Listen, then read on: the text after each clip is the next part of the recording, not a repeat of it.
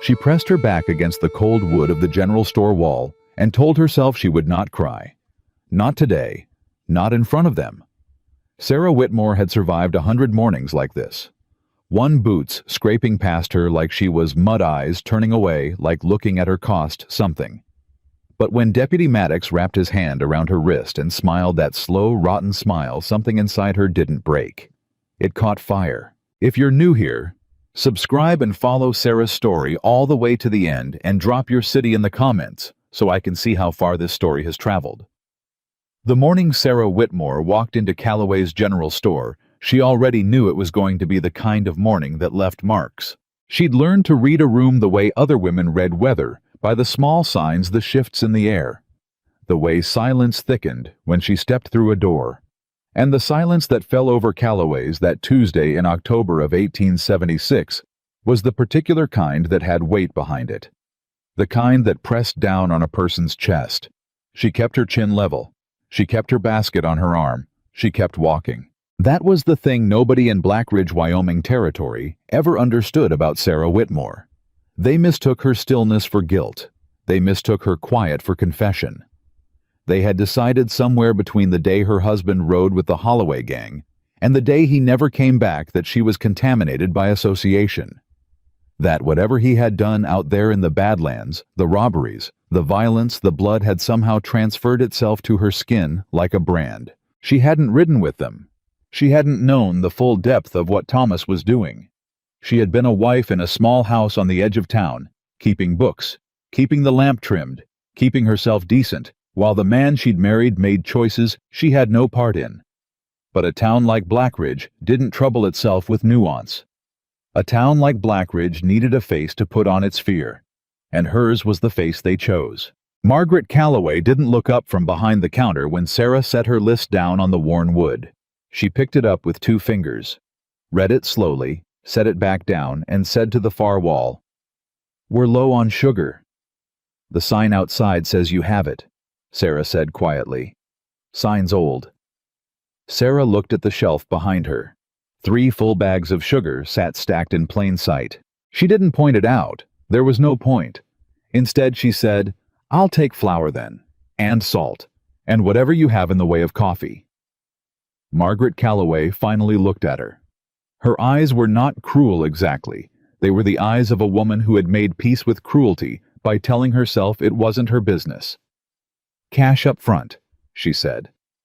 "You understand. I've always paid cash. I know what you've always done." She said it like that settled something. Sarah placed her coins on the counter. Exact amount. She'd counted them 3 times that morning the way she always did now, because she knew that any excuse, any shortfall, any confusion would be used against her. It was while she was waiting for Margaret to fill the order that she heard the boots. She knew those boots. Deputy Cole Maddox had a particular way of walking that he'd cultivated over years of small power. Heavy, deliberate, each step announcing that the floor beneath him belonged to him. He came in from the back room, which meant he'd been there already, which meant someone had sent for him, which meant this morning was not going to end the way she needed it to. He stopped 3 feet from her. He smiled. "Well, look what crawled down from whatever hole it's been hiding in," he said. Sarah didn't turn her head. "Morning, Deputy." "Don't morning me like we're friends, Sarah." He stepped closer. The 2 men by the pickle barrel, Harlan Stroud and his younger brother Pete, both turned to watch. Not to help, just to watch. "How's life been treating an outlaw's widow?" "I'm not a widow," she said. "And I'm not an outlaw." Thomas Whitmore rode with Jake Holloway. He said it like he was reading from scripture. "Burned 3 homesteads, shot a marshal in Laramie. That make you something or nothing?" "It makes me a woman trying to buy flour." Someone near the door laughed. Maddox took another step forward, and then his hand came out and closed around her wrist. Not hard enough to bruise, not yet, but with the particular grip of a man who knew exactly how much pressure to apply to make a woman go still. Sarah went still. "You should have left town when we gave you the chance," he said softly, almost gently, the way a man speaks to something he's already decided to break. "You should have taken yourself down the road and kept going. Instead, you keep showing up. Keep existing in our town, like you got some kind of right to it." "I have a right," she said, and her voice only shook a little. "Same as anyone." He leaned in. She could smell tobacco and something meaner underneath it. "You got no rights in Blackridge, Sarah. You're a stain. You understand that? You're what gets left behind when something rotten passes through." She felt the eyes of the whole store on her back like heat. Not one person moved. Margaret Calloway had turned away and was pretending to arrange jars. Harlan Stroud looked at the floor. Nobody moved. And for one horrible, swallowing moment, Sarah felt what she always felt. In these moments, the specific vertigo of being completely alone in a room full of people. Then, the door opened. Not the way doors usually open in a quiet store on a cold morning. It opened the way a statement gets made. Good. He didn't come through it dramatically. He didn't kick it or throw it wide. He simply put his hand on it and pushed, and the door swung open like it had been waiting for permission, and the cold October air came in ahead of him like a scout, and then he came through. 6'3", maybe 4, the kind of height that didn't call attention to itself because it didn't need to. Broad across the shoulders in a way that spoke not of performance, but of work. Real work, the kind that comes from splitting wood and hauling traps and moving through country that doesn't accommodate weakness. His coat was buckskin, and worn his hat a deep-brimmed felt that had seen weather.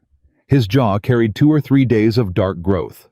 His eyes, when they settled on the room, were the color of winter creek water, gray-green and completely still. He was, Sarah would think later, the most unhurried person she had ever seen. He crossed the threshold, and Maddox's grip on her wrist loosened just slightly, just enough to tell her that her captor's body had made a calculation his mind hadn't caught up with yet. The man didn't look at Maddox right away. He looked at the store the way a person takes in a room they're assessing, rather than entering, taking stock, setting bearings. Then his gaze swept across and found her wrist in the deputy's hand, and it stopped there. 1 full second. Then he moved to the counter. He set down a bundle of pelts. Good ones, beaver mink, 1 silver fox, that made Margaret Calloway's eyes widen despite herself. He set them down with the ease of a man who didn't need to negotiate. "Jackson Colt," Margaret said, and her voice had shifted register entirely. Gone was the cold proprietress. In her place was a woman remembering her manners. "Haven't seen you down from the ridge since April. Needed supplies," he said. His voice was low and unhurried, Wyoming vowels worn smooth. "And I'll take whatever pelts those'll run me." Of course. "Give her what she paid for," he said. He hadn't raised his voice. He hadn't looked at Maddox. He'd said it to Margaret casually, the way a man mentions something obvious. The store went very quiet. Margaret Calloway looked between the woman at her counter and the man who had just spoken. Her mouth opened, closed. Maddox released Sarah's wrist. She felt the absence of his grip like cold water. "You talking to me, mountain man?" Maddox said. There was something careful under his bluster, the tone of a man testing how much footing he actually has. Jackson Colt turned and looked at him. He didn't square up. He didn't shift his weight into a fighting stance. He simply turned and looked, and the looking itself was a thing of such absolute calm that it hit the room differently than anger would have. "I'm talking to the woman behind the counter," Jackson said, "telling her to fill the order that's been paid for." Maddox's face went through several calculations in quick succession. "You know who this woman is? You know what she—" "I know you're holding her arm in a general store in front of witnesses," Jackson said. "That's all I need to know this morning. She's Thomas Whitmore's widow. She's a customer." He looked back at Margaret. "Fill the order." The silence that followed lasted about 4 full seconds. Then Margaret Calloway began to move. She moved quickly with the efficiency of a woman who has decided very suddenly that the path of least resistance has shifted direction. She pulled flour from the shelf. Salt. Coffee. She wrapped them in brown paper and set them on the counter without meeting anyone's eyes. Maddox stood very still. His hand had dropped to his side, and Sarah could see from the angle of his arm that he'd thought about the gun there, and then thought better of it. Jackson Colt hadn't touched a weapon, hadn't threatened anyone, had simply stood in a general store and said a reasonable thing in a reasonable tone of voice, and somehow the entire room had reorganized itself around that fact. "This ain't over," Maddox said softly, and Sarah couldn't tell if he was talking to her or to Jackson, or to the room in general. Jackson picked up his supplies from the counter. "Most things aren't," he said mildly, and then he stepped around the deputy like he was a fence post and carried his goods toward the door. He paused at the threshold. He didn't look back at Sarah, but he said loud enough for the room, "You'll want to get home before the weather turns, ma'am. There's a front coming down off the Rockies." Then he was gone. Sarah stood at the counter with her wrapped parcels and the weight of every eye in Callaway's general store pressing against her back. Her wrist ached where Maddox had held it. Her heart was beating in a way she didn't entirely recognize. She picked up her things. She walked out. She didn't look at any of them. His name was Jackson Colt. She'd heard it before, the way you hear things in a small town through the gaps in conversations that stop when you get close, through the half-sentences that float past before people remember you're there. The mountain man of Widow's Ridge. Trapper. Alone. Had been up there going on 6 years. Came down twice a year for supplies. Nobody knew much about before. Nobody asked, which told Sarah everything about the kind of presence he carried, the kind that made people instinctively understand that certain questions weren't welcome. She thought about him for 3 days. She told herself she was being foolish. A man had intervened in a store. It happened. It meant nothing about her and nothing about him. He didn't know her. She was a convenient cause, a woman being mistreated publicly, and he was the kind of man who apparently didn't tolerate that. It was principle, not charity, not kindness, not anything personal. She told herself all of this very firmly and believed approximately none of it, because no one had stepped between her and anything in 2 years. Not since Thomas rode out with the Holloway boys and didn't come back, and the whole town turned its face away from her like she'd become weather. Her neighbors had stopped speaking to her. The church had gently, and then not so gently, suggested she might be more comfortable worshiping elsewhere. The work she'd had keeping books for 2 local merchants had dried up one contract at a time until there was nothing. She had survived on what little she had.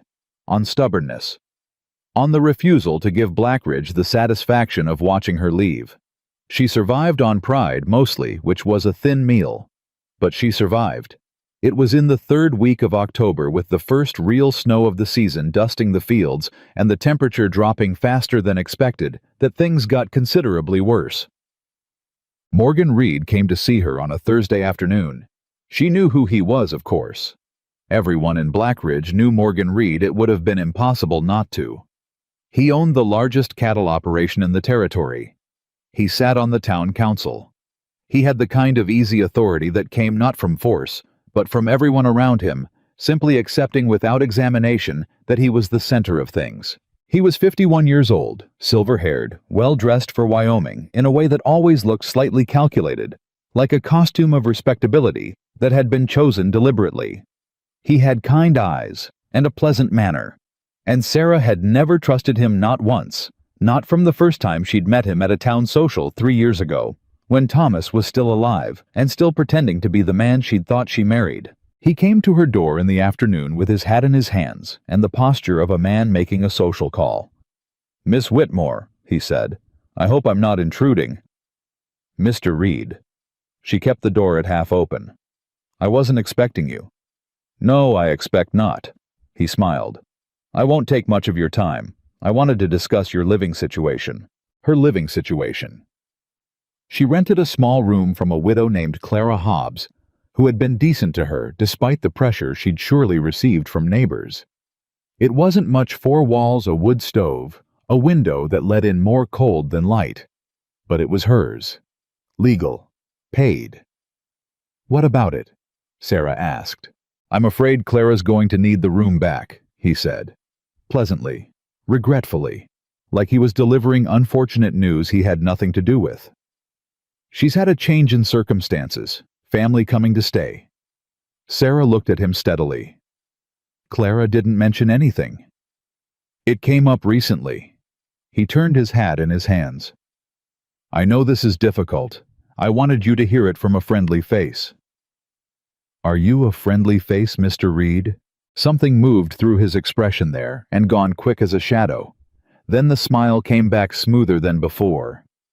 I've always wished you well, Sarah. I think the town has treated you poorly. I've said so privately. She waited. There's a way I could help you, he said. I have property, a small house outside of town. Nothing fancy but warm, livable. I could make it available to you. In exchange, he paused just slightly. There's something I'd like you to help me find. She knew then. She had known somewhere underneath the surface of the conversation from the moment she'd seen him at her door, but now she knew it plainly. The gold? She said. His expression didn't change, but something behind his eyes sharpened. Thomas knew where Jake Holloway kept his holdings. I know he told you. Thomas didn't tell me anything, she said. Thomas didn't trust me with anything. I think that's the part everyone keeps forgetting. That seems unlikely. It's the truth. He studied her for a long moment. The pleasantness on his face was still there, but it had become a shell, a hollow thing with something less gentle pressing against the inside of it. You've had a very hard 2 years, he said finally. I'd hate for things to get harder. Are you threatening me, Mr. Reed? I'm offering you help, he said. He put his hat back on his head with the careful precision of a man closing a conversation. Think about it. I'll expect an answer by Friday. He turned and walked back down the lane, unhurried, greeting the neighbor across the road, with a wave and a pleasant nod, just a man going about his day. Sarah closed the door. She stood with her back against it and pressed her hands flat against the wood and breathed. Friday was 2 days away. By Friday morning, Clara Hobbs had given her notice in person, tearful and unable to meet her eyes, apologizing in fragments, while Sarah stood quietly and told her she understood it was fine. There was no need to apologize. She wasn't fine. She understood perfectly, not Clara, not the situation, but the architecture of what was happening. Morgan Reed wanted something from her, and was systematically removing every option she had until compliance became the only door left standing. She did not go to him. She went instead to see Judge Harlan Whitfield, who had his office above the hardware store, and who had 3 years ago spoken kindly to her at a 4th of July picnic and mentioned that he believed in due process as a matter of fundamental principle. His secretary, a small man named Gerald, told her the judge was unavailable. She waited 2 hours. The judge remained unavailable. She went to the land office and asked to look at the territorial records for properties held by the Whitmore name. She had some idea, a small and fragile idea, that if she could establish clear legal standing to a piece of land, Thomas might have registered before he ran, she might have something to stand on. The clerk told her those records were under review and unavailable for public inspection. She went home, back to Clara's room that was no longer hers, and sat on the edge of the bed and calculated. 3 days to find shelter. Winter coming in hard. No money beyond what she'd scraped together. No friends. No family within 1,000 miles. And Morgan Reed patient, as a man who had never had to rush for anything in his life. She sat very still for a long time. Then she got up, folded her things, and started planning. The night it all collapsed was the 14th of November. She had found through careful and exhausting inquiry a widow outside of town named Bess Harmon, who was willing to rent her a corner of her barn in exchange for help with winter chores. It wasn't a house. It wasn't warm, not really. But it was something that Morgan Reed hadn't arranged for her, and that mattered. She was walking back from confirming the arrangement, a 2-mile walk on a road that had gone dark faster than she'd expected, the clouds coming in low and fast from the northwest, when she heard the horse behind her. She knew before she turned who it was going to be. Reed rode up alongside her and pulled the horse to a walk. He didn't look at her directly. He looked at the road ahead of them, like they were sharing a pleasant evening constitutional. "I heard you declined my offer," he said. "I did?" I also heard you've been asking around about land records. She kept walking. Sarah! His voice changed. The pleasantness was gone entirely now, and what replaced it was quieter and colder, and somehow worse for the lack of theater. I've been patient with you. I've extended courtesies I didn't have to extend. But we're coming to the end of what my patience looks like. I don't have the information you want, she said, still walking eyes forward. I never had it. I think you do. He moved the horse closer, cutting toward her slightly, and she had to step aside or be pressed against the ditch. I think Thomas told you. I think you've been sitting on it because you thought you could use it somehow. Trade it for safety, or reputation, or whatever it is women like you think they can get. Women like me, she said quietly. I've been generous, he said. That's done now. He reached down from the saddle, and his hand caught her shoulder. Not her arm this time, her shoulder spinning her around to face up at him. And his face in the dark was different from the face he wore in daylight. The pleasant mask was gone. Underneath it was something older and meaner, and entirely unafraid of her. Tell me where Holloway's gold is. Tell me tonight. Or I will make the next year of your life something you won't survive. Sarah looked up at him in the near dark and felt the specific coldness of a woman who has moved past fear into something cleaner. I don't know, she said, and I wouldn't tell you if I did. He hit her. Not a slap a shove hard with the flat of his hand against her chest, and she went backward off the edge of the road into the shallow ditch, hitting the frozen ground with enough force to knock the air from her. She lay there for a moment, stunned, looking up at the cloud-covered sky. She heard his horse moving away. She heard him say to no one or to everything, "Find out where she goes. Don't let her out of your sight." Then, hoofbeats fading. Sarah lay in the ditch in the November cold and stared up at the dark sky and let herself feel for exactly 30 seconds the full weight of how impossible everything had become. Then she got up. She was covered in dirt, and her ribs hurt where she'd landed, and her shoulder ached where he'd grabbed it, and the barn was still 1.5 miles away, and the temperature was still dropping, and none of that had changed. She got up. She picked her basket up out of the ditch. She started walking. Because she was Sarah Whitmore, and Sarah Whitmore did not lie in ditches in Wyoming territory, waiting for someone to come along and decide her fate. The snow started 3 hours later. Not gently. It came the way Wyoming winter storms arrive when they've been building themselves up all week over the Rockies all at once with velocity and intent, the wind arriving first like an announcement, and then the snow behind it, thick and driving, and immediately disorienting. Sarah made it to Bess Harmon's barn. Bess Harmon was not home. The barn was locked. She stood at the door with her hand on the padlock and the snow building against her back, and let herself understand fully that she had no good options left. She could try to make it back to town. 2 miles into the wind in the dark, in a storm that was building fast. She had no shelter waiting for her there anyway. She could try to find another structure, some outbuilding, some abandoned homestead, but she didn't know this road well enough in daylight, let alone in a blizzard in the dark. She could stay here pressed against the locked barn door and wait. She began to walk, not toward town, not back, up. There was one light she had seen on clear nights high on the ridge to the north. A cabin window, a lamp. Consistent, which meant someone up there kept to a schedule, and in her experience, people who kept to a schedule in isolation were people who valued their survival enough to be disciplined about it. She had no reason to believe she'd be welcome. She had no reason to believe she'd make it. She walked anyway. The wind was a living thing against her face. The snow was already ankle-deep on the open ground and deeper in the hollows. She kept the dark mass of the ridge in front of her and walked toward it, one step, then another, her breath coming in hard pulls that the wind stole before they could warm her. She thought about nothing. She had learned in the past 2 years that thinking about nothing was a skill. That survival sometimes required you to narrow yourself down to the single next moment, not the next hour, not tomorrow, not the whole impossible shape of your life, just the next step. And then the step after that.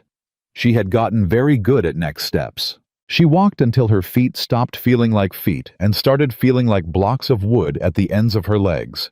She walked until the ridge above her stopped being a dark mass and started being a specific set of trees.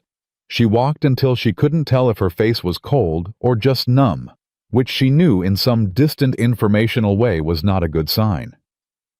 She walked until her legs stopped holding her. It happened without drama. She didn't fall dramatically.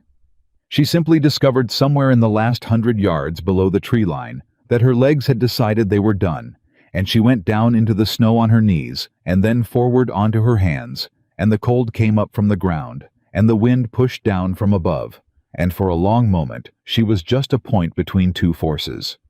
She thought, "Get up, Sarah." Her body said, "Not yet." She thought, "Get up." She pressed her hands into the snow and pushed, and then she heard boots. Big ones, coming fast through the snow from uphill, and she looked up through the white blur of the storm and saw a shape coming toward her, dark, large, moving with a certainty that the storm didn't touch, and she thought she might be hallucinating, because things that moved like that in blizzards were not usually real. But then the shape resolved into a man. A very tall man in a buckskin coat, with Winter Creek eyes that were currently looking at her with an expression of complete focused calm. Jackson Colt crouched down in front of her in the snow. He looked at her for exactly 1 second. Then he said, "I've got you." And his arms came around her and he lifted her as though she weighed nothing at all, and she felt the solid, impossible warmth of a human body that had not been standing in a blizzard, and she had one clear thought before the cold and the exhaustion pulled her down. He came out into the storm. He came out looking, and then the dark took her. She came back to consciousness the way a person surfaces from deep water slowly fighting for it, aware first of warmth, and then of pain, and then of the specific confusion of not knowing where she was. The warmth was real. That was the first thing she confirmed. Not the dangerous false warmth of a body giving up, but actual heat wood fire, close, the kind that gets into your bones and argues with the cold that's been sitting there. She was horizontal. She was covered. Something heavy and wool-smelling was over her, and beneath her was something that was not frozen ground. She opened her eyes. The ceiling above her was rough-hewn log. The light was low and orange, coming from a fireplace she couldn't see directly, but could feel against the left side of her face. The room smelled like pine resin and leather and wood smoke, and something faintly animal, not unpleasant, just elemental, the smell of a place that existed entirely on its own terms. She turned her head. He was sitting in a wooden chair 4 feet away, his elbows on his knees, his hands loose between them, watching her with the patient stillness of a man who had been watching for a while and didn't mind continuing. He had taken his coat off. His sleeves were rolled to the elbow. He looked in the firelight like something carved rather than born. "There she is," he said, quietly, no drama in it. Sarah's throat was dry. She tried to speak, and what came out was closer to a rasp. "How long?" "Better part of 3 hours," he said. "You were deep under when I found you." She absorbed this. 3 hours. The storm would still be going. She was in his cabin. She was alive. These were the relevant facts, and she arranged them carefully. "Your feet are going to hurt," he said. "That's good. Means the feeling's coming back. Frostbite got started on 2 toes left foot. I've seen worse come back full. Should be fine as long as you stay warm and off them for a day." She looked down at herself. She was still fully clothed except for her boots and her coat, which she could see hanging near the fire. Someone had wrapped her feet in flannel. "Thank you," she said. He nodded once, like thanks were a reasonable thing he was prepared to accept without ceremony. Then he got up, moved to the far side of the room where she could hear him doing something with a pot, and came back with a tin cup of something that steamed. He held it out. She pushed herself upright, which hurt more than she expected, her ribs from the fall in the ditch, her shoulder from Reed's grip, her whole body from the cold and the walking and the going down in the snow. She took the cup. It was broth of some kind, dense and hot, and she drank half of it before she came up for air. "I didn't know you were up here," she said. "I mean, I knew someone was. I could see a light on clear nights." "I know," he said. "I've seen you walk that road." She looked at him. "You've been watching me." "I've been watching the road," he said, which was not exactly an answer, and they both knew it. He sat back down in his chair. "Saw you leave town in the dark. Saw the storm coming in faster than you could have expected. Figured the math on it, and didn't like how it added up. So you came out." "I came out." She stared at him for a moment. This man who had walked into a blizzard on the math of a stranger's situation. "Why?" she asked. He looked at the fire. "Because nobody else was going to."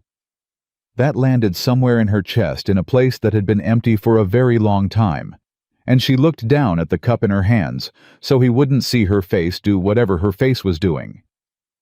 "I'm Sarah Whitmore," she said. "I know who you are." "Then you know what the town thinks of me." "I know what the town says," he said. "That's different." She looked up. He was still looking at the fire, his profile quiet in the orange light. She studied him, the strong line of his jaw, the slight break in his nose where it had been broken at least once, the stillness that wasn't emptiness, but something more like a deep water that didn't show its depth from the surface. "Jackson Colt," she said. He glanced at her then. Something in his expression shifted slightly, not surprise exactly, more like acknowledgement. Like a man noting that his name sounded different in someone else's mouth. "That's right. People say you've been up here 6 years. About that. They don't say why." "No," he said. "They don't." He didn't elaborate, and she didn't push. She understood better than most people the value of information that was yours to keep. She finished the broth. He refilled the cup without being asked. She worked through the second one more slowly, and as the warmth settled into her core, the exhaustion that had been waiting behind the adrenaline began to press in. She fought it. "I can't stay," she said. "You can't leave," he said, simply, as a fact. "Storm's not breaking before morning, and your feet aren't ready to carry you anywhere. You'll stay until you can walk without damage." "Mr. Colt." "Jackson." He said it without looking up. She stopped. Jackson. The name sat strangely in her mouth, familiar somehow, though she'd no right for it to be. "I'm not trying to impose. I'll be fine." He looked at her then directly, and the look had something in it that was not unkind but was absolutely direct, the look of a man who had no patience for statements he knew to be false. "You were face down in the snow 50 yards from my tree line," he said. "You were not going to be fine." She had nothing to say to that because it was entirely true. "There's a second room," he said. "You'll sleep in there. Door has a bar if you want it. I'll be out here." She nodded slowly. "In the morning," he said, "we'll figure out the rest." She didn't sleep well. Her feet ached steadily.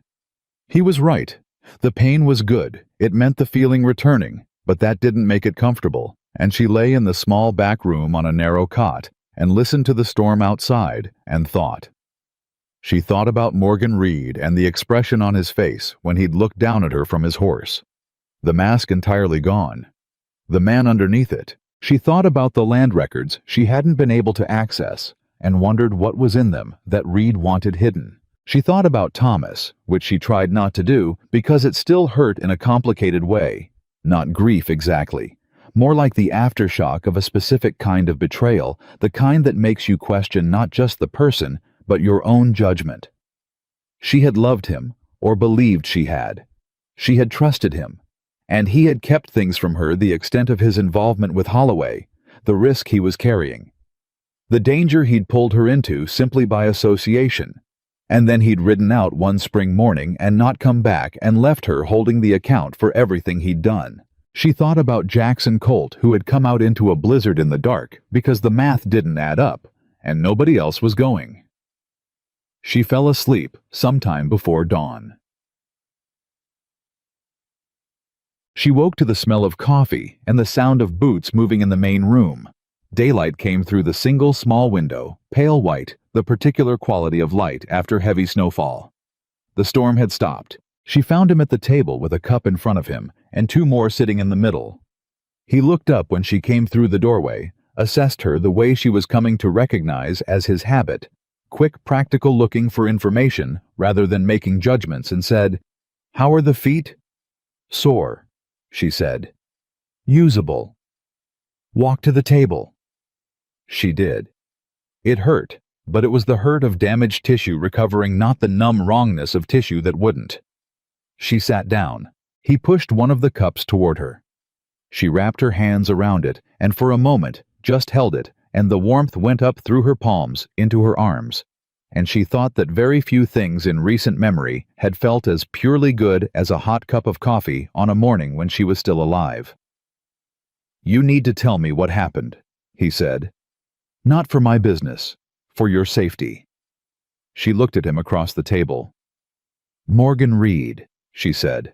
Something moved across his expression. He knew the name. Of course he did. A man who came down from the mountain twice a year still knew who ran things in the valley below. "What about him?" Jackson said, and his voice had gone quieter, not softer. Quieter. "He thinks I know where the Holloway gold is buried," she said. "He's been pressuring me for it. When I wouldn't cooperate, he had my landlady put me out. When I still wouldn't cooperate, he found me on the road last night, and—" She paused, touched her ribs involuntarily where the fall had left a deep bruise. Jackson's eyes followed the gesture. His jaw tightened slightly. "He shoved me into a ditch," she said flatly, "and told me to tell him or he'd make my life something I wouldn't survive. Then he had someone follow me." She paused. "I don't know if they followed me up here." "They didn't," he said. "Nobody follows anybody up that slope in a storm like last night's. Not men who like living." "Still," she said, "he'll know I went somewhere. He'll look." "Let him look?" She studied him. "You don't seem worried." "I'm not worried about Reed's men on my mountain," he said. "I know every foot of this ridge. They don't." He picked up his cup. "What I'm worried about is you going back down into that town with nowhere to go, and Reed with a grudge and Maddox running his errands. I can't stay up here indefinitely." "No," he agreed. "You can't." He looked at her steadily. "But you can stay until we figure out what you're actually sitting on." She frowned. "What do you mean? You said Reed thinks you know where the gold is," he said. "Do you?" "No." He looked at her. "I genuinely don't," she said. "Thomas never told me anything. I think he was ashamed of what he was doing. Or maybe he just didn't trust me. Either way, I have nothing Reed could use." "Then why does he think you do?" She opened her mouth, closed it. It was a question she'd been too frightened and too reactive to sit with properly, and she sat with it now. "I don't know," she said slowly. "Unless—" She stopped. "Unless what?" "Thomas kept papers," she said, "at the house. When the house was sold after he was gone, I took what I could carry. I've had them in a box under my bed for 2 years. I always thought they were just letters, correspondence, nothing important. I never read all of them. Some of them were in a hand I didn't recognize, and I assumed they were—" She stopped again. Her mind was working now, turning over what she'd dismissed. "I assumed they were business correspondence. But if Reed has been looking for something specific—" "Where's the box now?" Jackson asked. "Clara Hobbs's house," she said. "In the room I just got put out of." He didn't say anything for a long moment. He looked at the table between them, and she could see him thinking not the visible performance of thinking, but the real thing, the quiet interior work of a man assembling information into a plan. Then he said, "Can you get into that house without being seen?" "Clara would let me in," she said. "We parted on decent terms, all things considered. She felt terrible about it."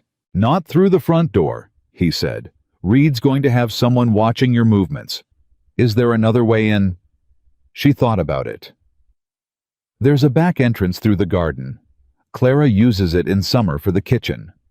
The latch is loose. She's mentioned it a dozen times and never fixed it." He nodded slowly. "Then we need to move tonight." She stared at him. "We?" He met her eyes.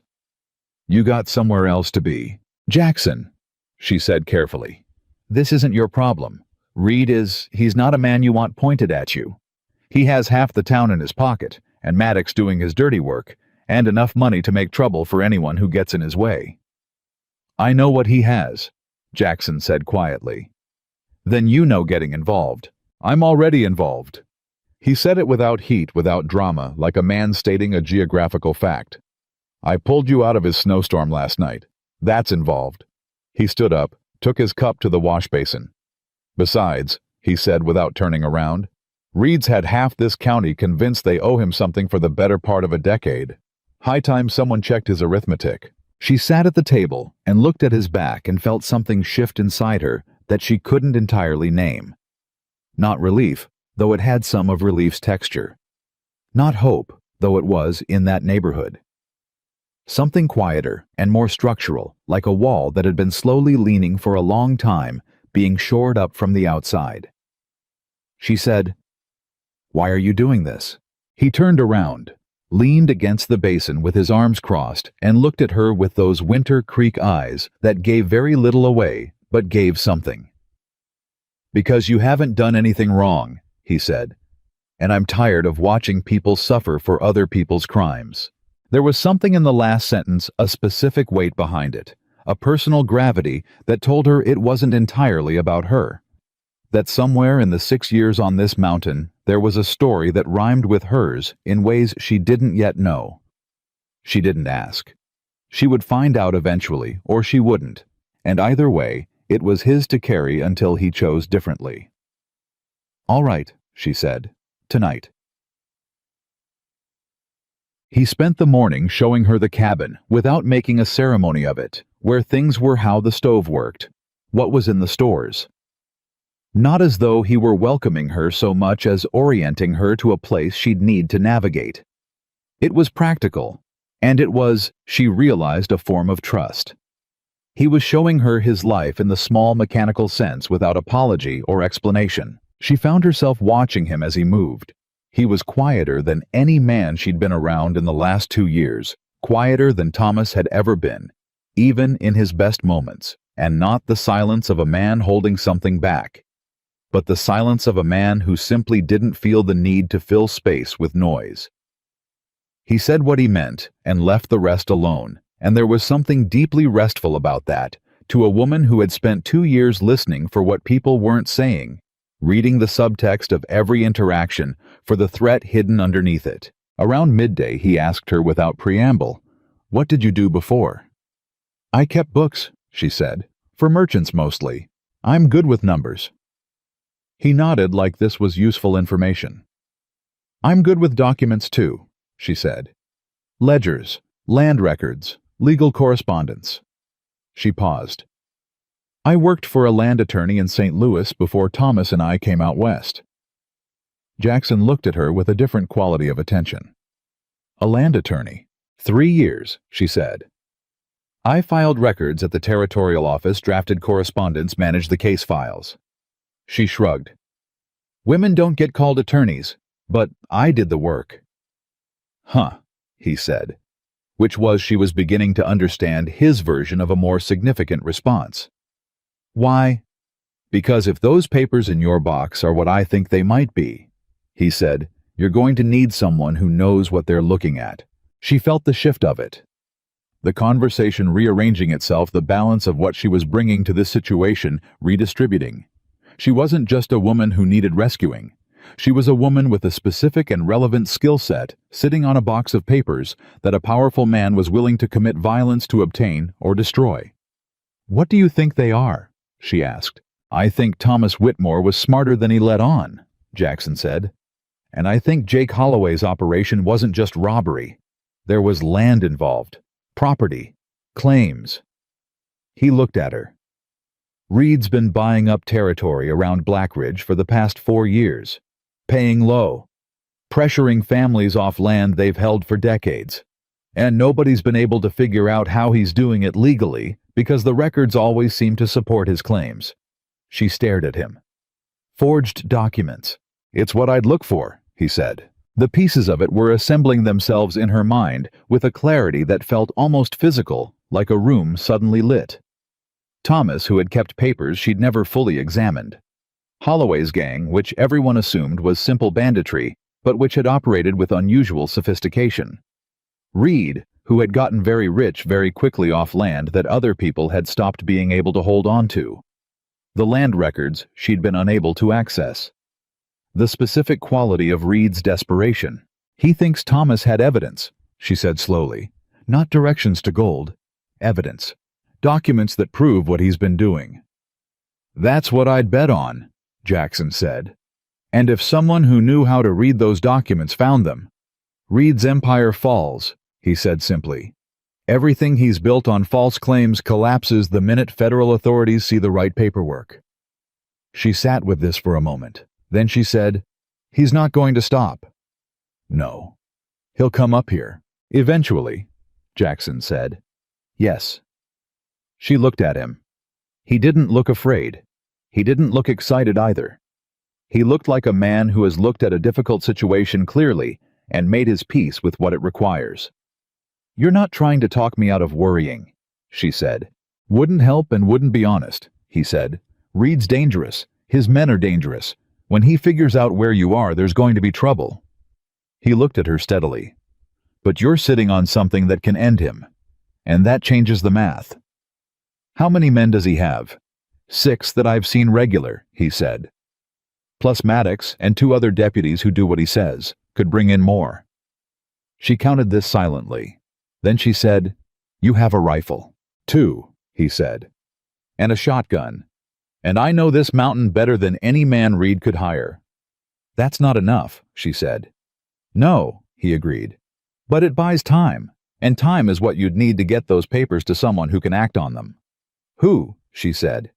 "Judge Whitfield won't see me. The territorial government takes months. Reed owns most of the local There's a federal marshal out of Cheyenne," Jackson said. "Name of Aldous Burke. He's been looking at Reed for 2 years. Hasn't been able to get traction because he's never had documentation he could take to a federal judge." He paused. "I've met him. He's honest, and he's been waiting for exactly what might be in that box." She stared at him. "You've been—" She stopped. "You've been watching Reed." "I've been watching the territory," he said carefully. "That's why you came down from the mountain," she said. The pieces of it reshuffling again, new pattern emerging. "At Calloway's. You didn't just happen to be there." He was quiet for a moment.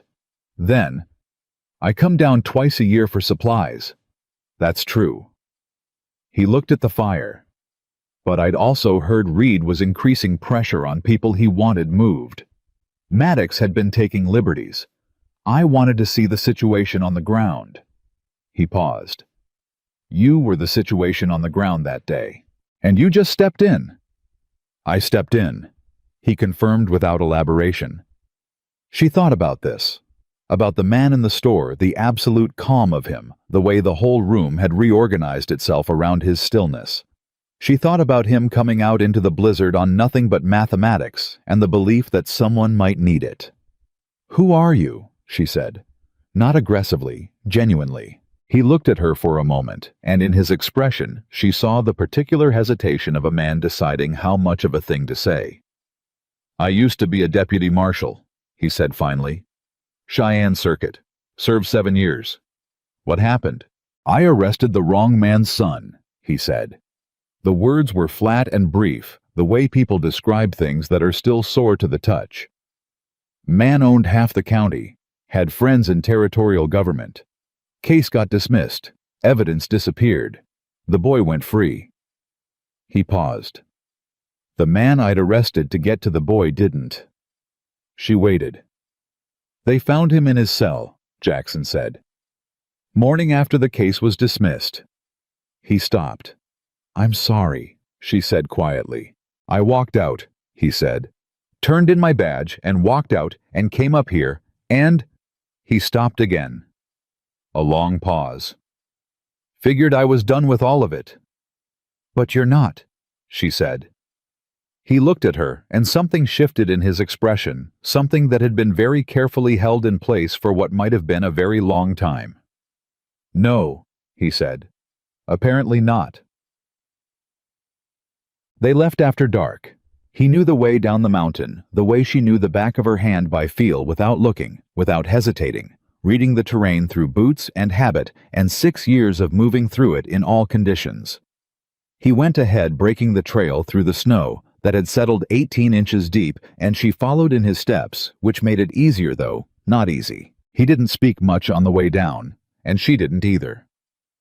There was something about the dark and the cold that made silence feel appropriate, necessary, even a conserving of resources of heat and breath and concentration. At the bottom of the slope at the edge of town, he stopped, and they stood in the shadow of a stand of cottonwoods and looked at Black Ridge from the outside. The town was lit in patches, saloons still going, a few household windows. The street lamp outside the sheriff's office throwing a long orange rectangle across the snow. "Maddox works late," Jackson said quietly. "Sheriff Calvert goes home by 9. The 2 deputies doing night rounds take the north loop. They'll be on the far side of town until midnight." "How do you know that?" "I've been watching for a while," he said. She thought about what it meant, a man on a mountain who had told himself he was done with a certain kind of work, watching anyway. Maintaining the knowledge anyway.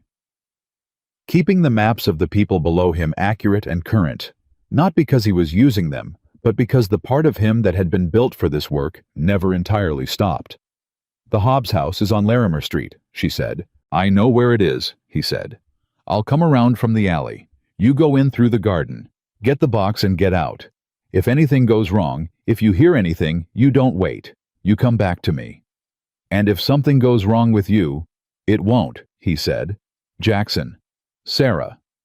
He said her name the way he said most things, without decoration, but not without weight. He looked at her in the dark with those pale, direct eyes. "I need you to trust me for the next 30 minutes. She looked back at him. In 2 years, she had not trusted anyone in Black Ridge. She had not been able to. And here was a man she had known for less than 24 hours asking her for it.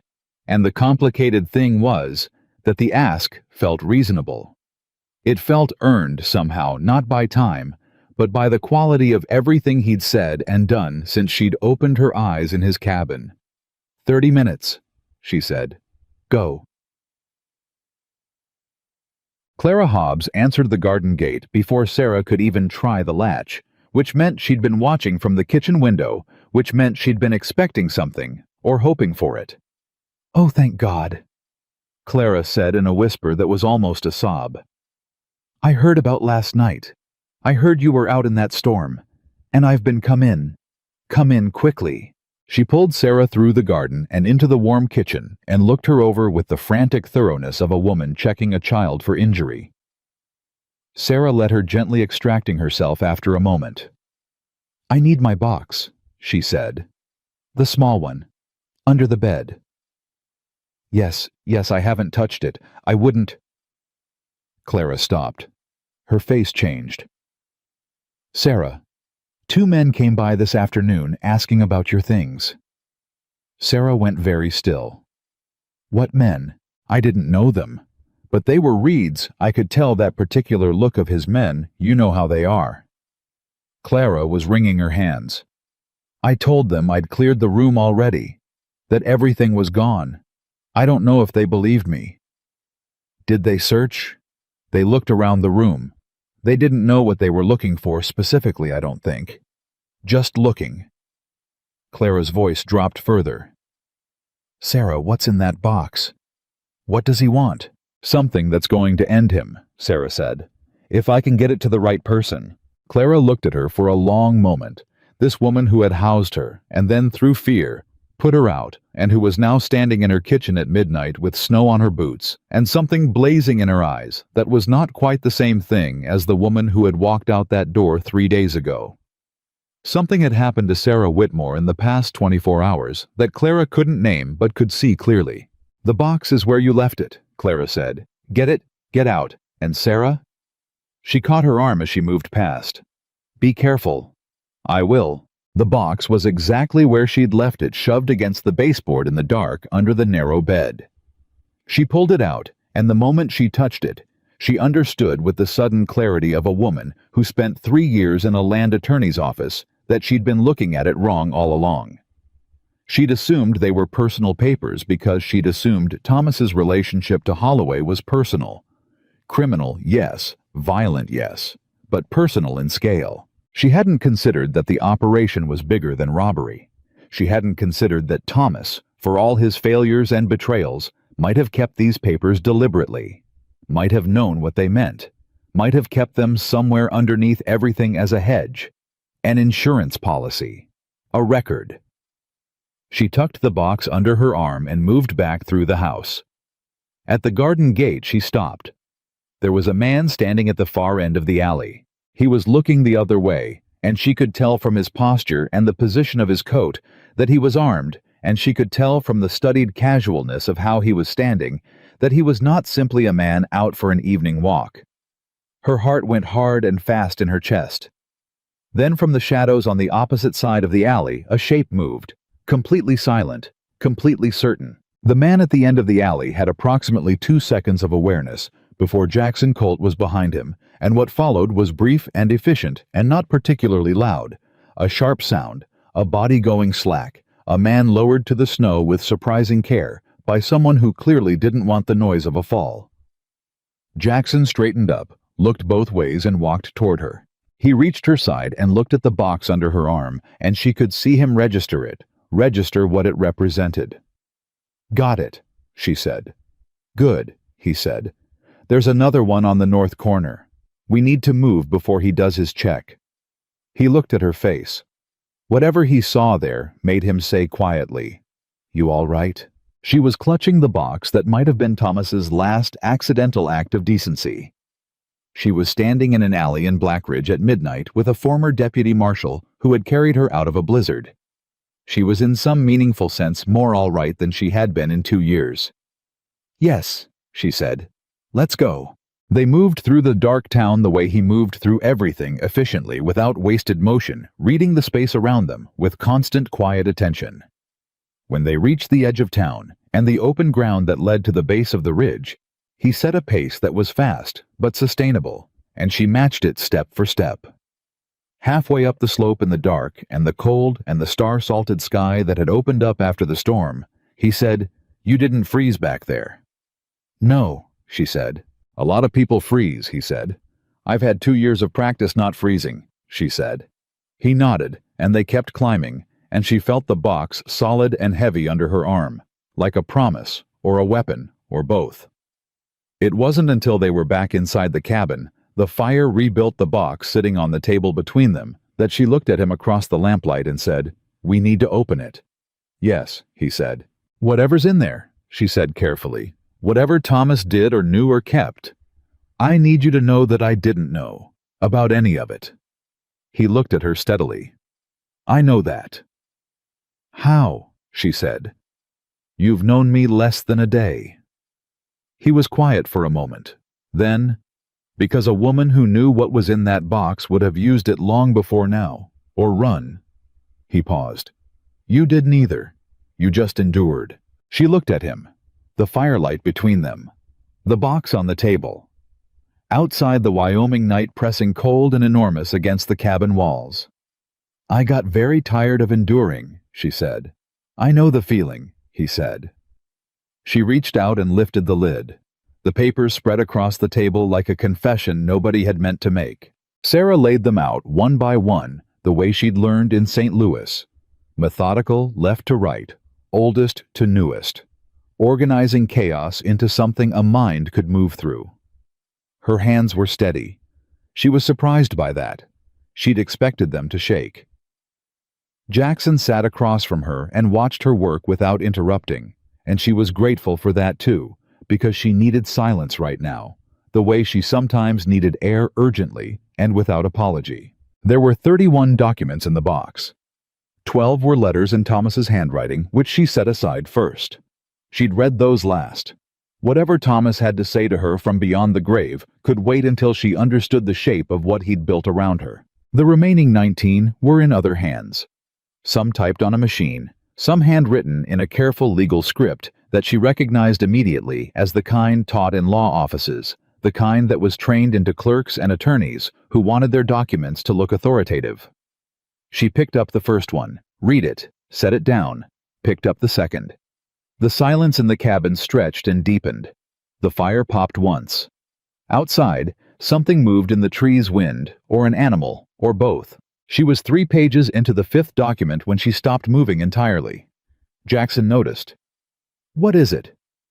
She didn't answer right away. She read the paragraph again. Then a 3rd time.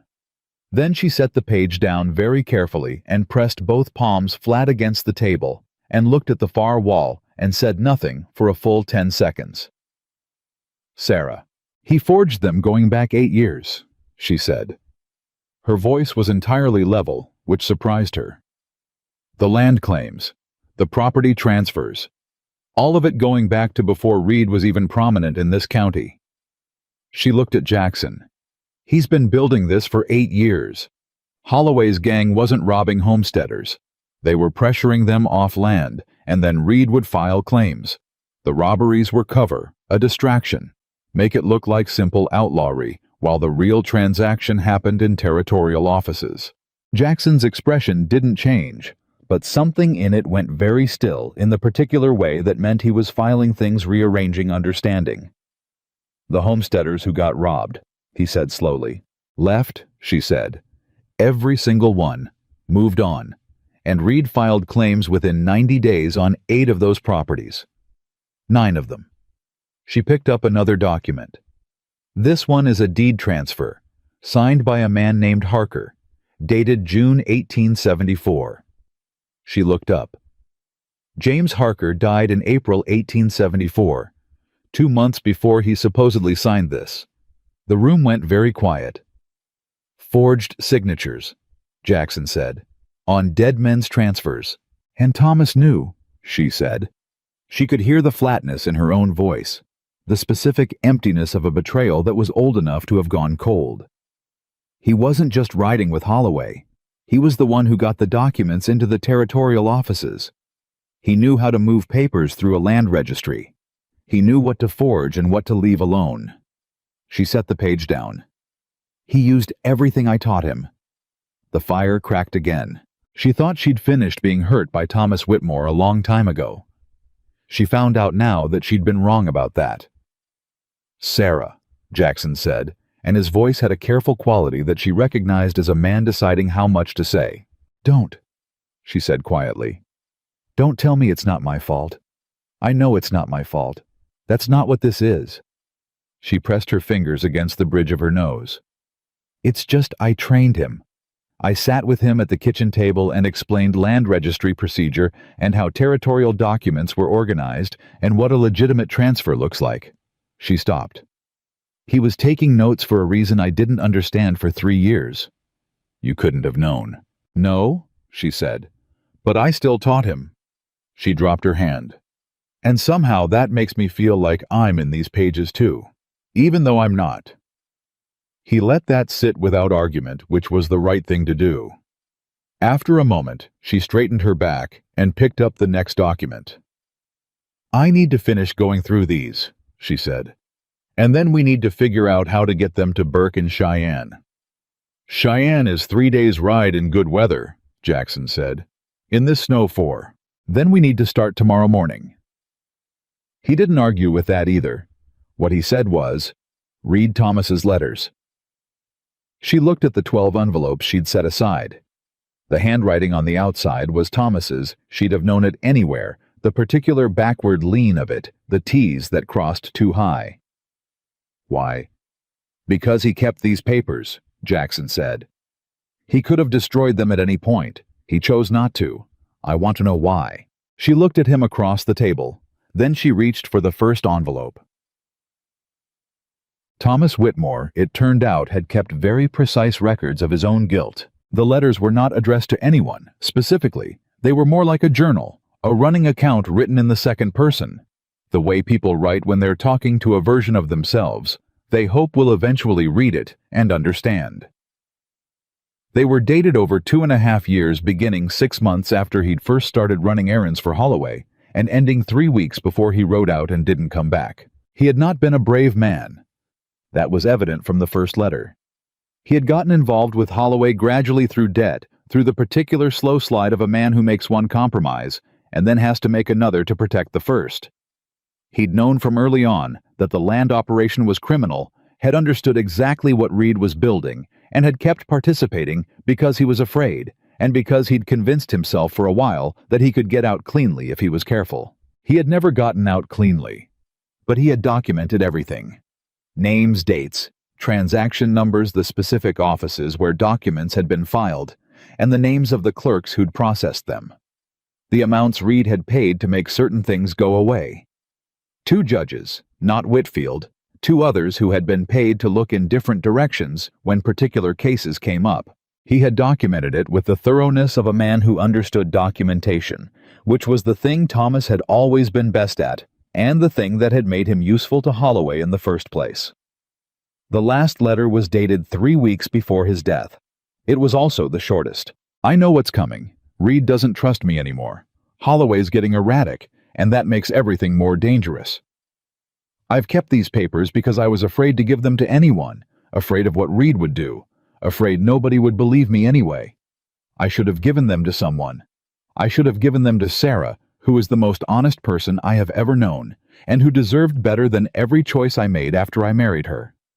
If she finds this, I'm probably gone. I'm sorry I wasn't braver. I'm sorry I made her carry this without knowing what she was carrying.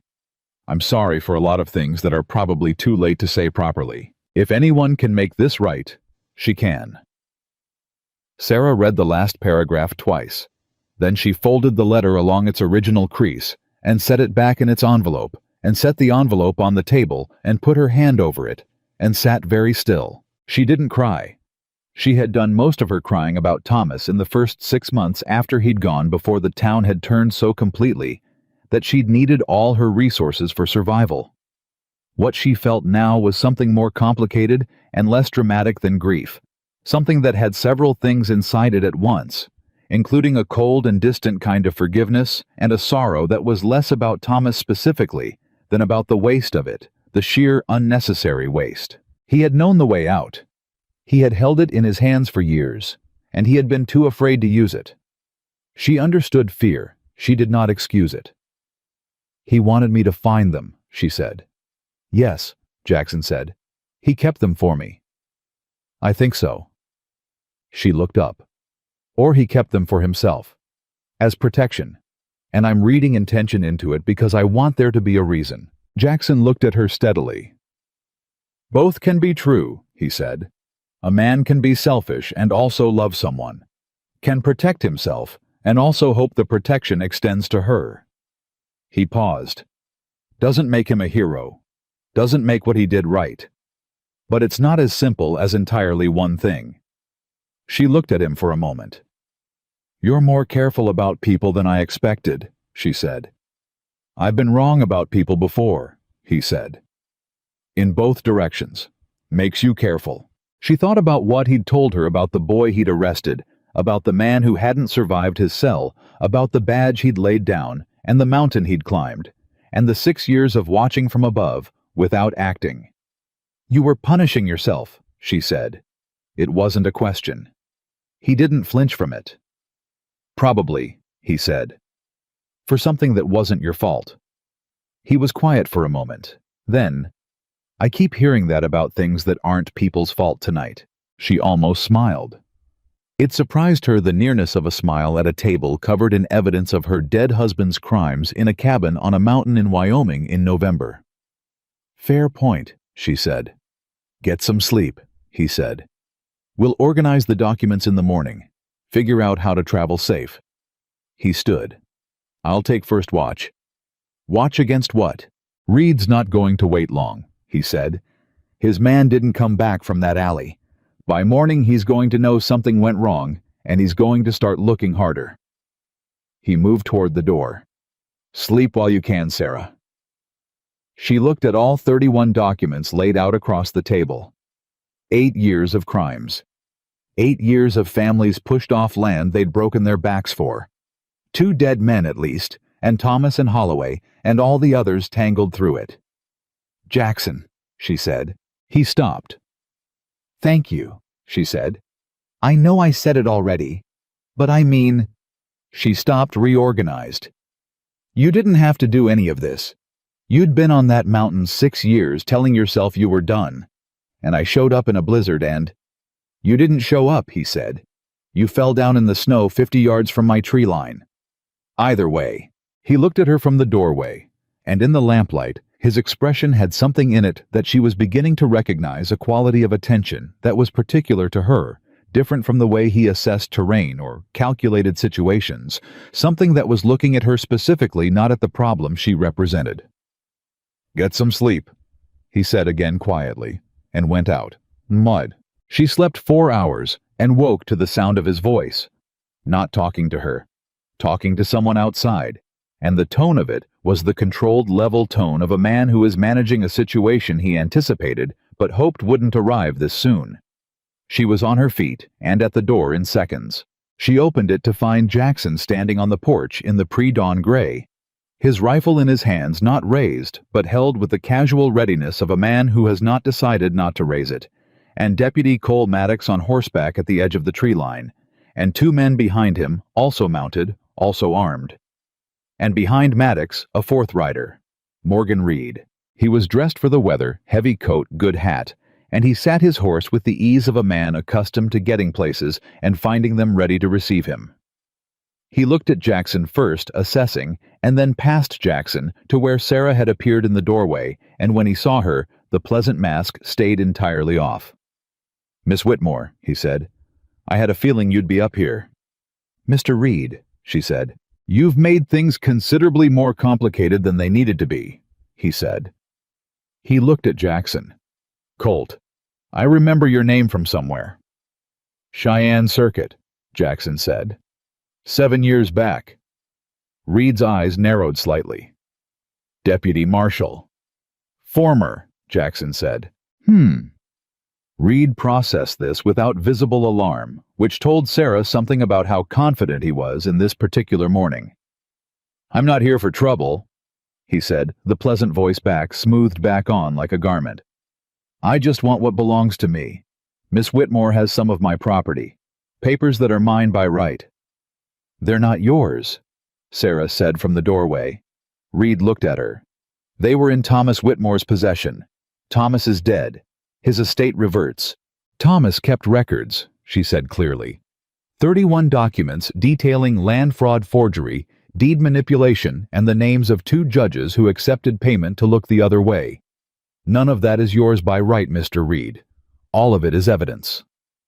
The pleasant expression held for about 2 more seconds.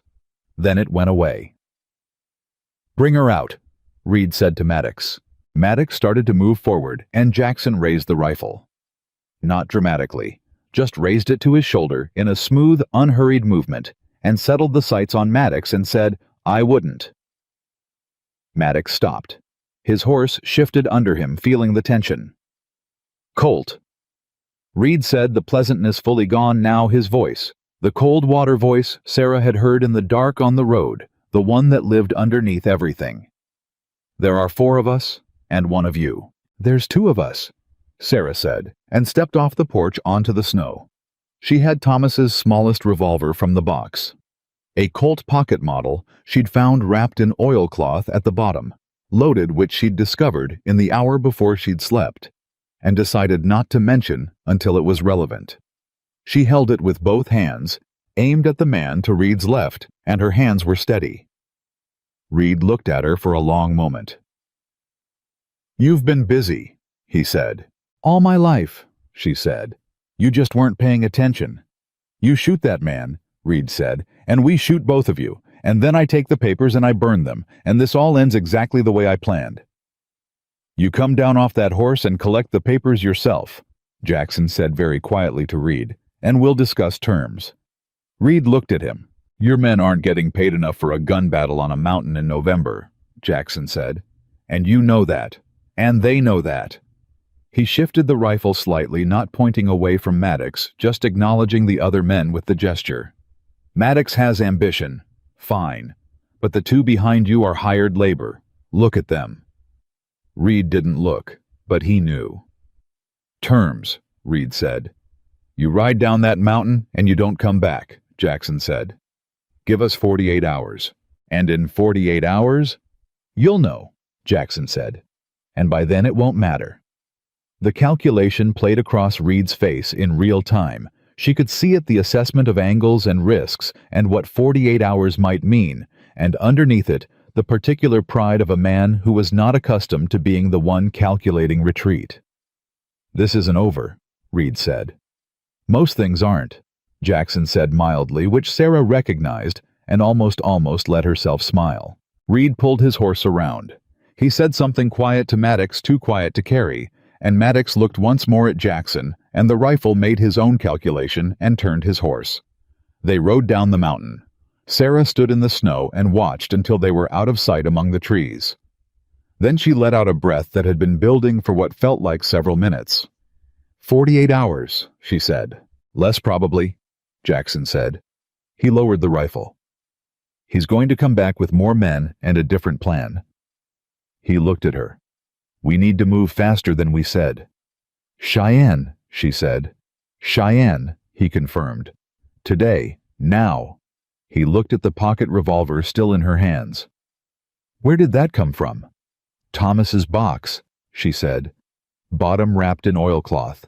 He looked at her for a moment. Something in his expression moved something that was, she thought, in the neighborhood of impressed, though he wore it like he wore everything without performance. Go pack what you can carry, he said. 20 minutes.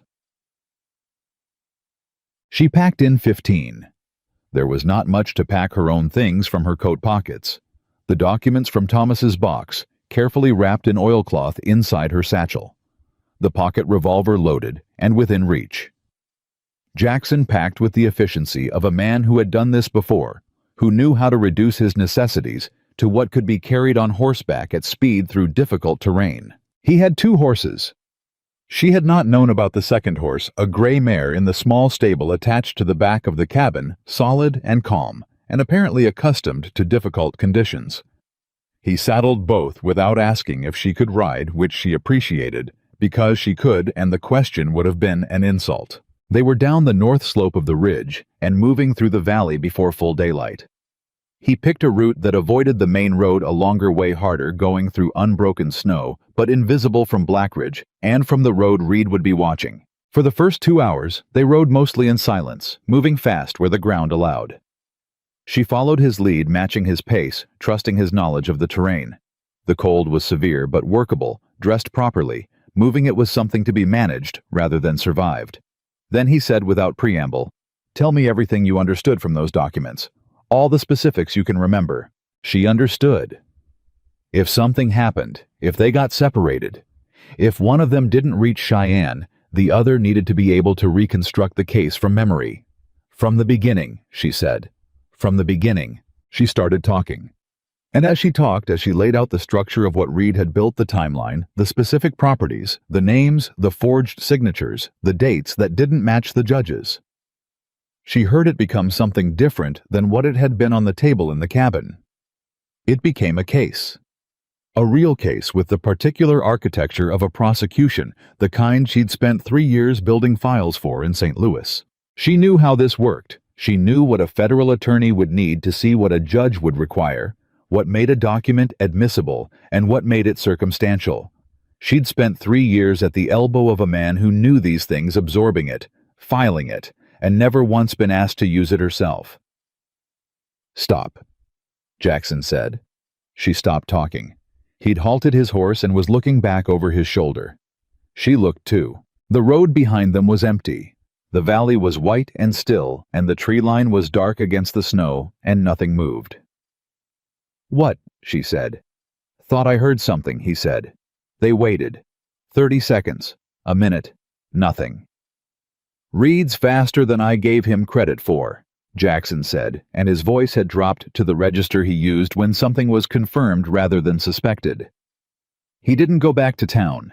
She felt the cold change quality, the cold of the air replaced by the colder understanding of a new situation. He went around.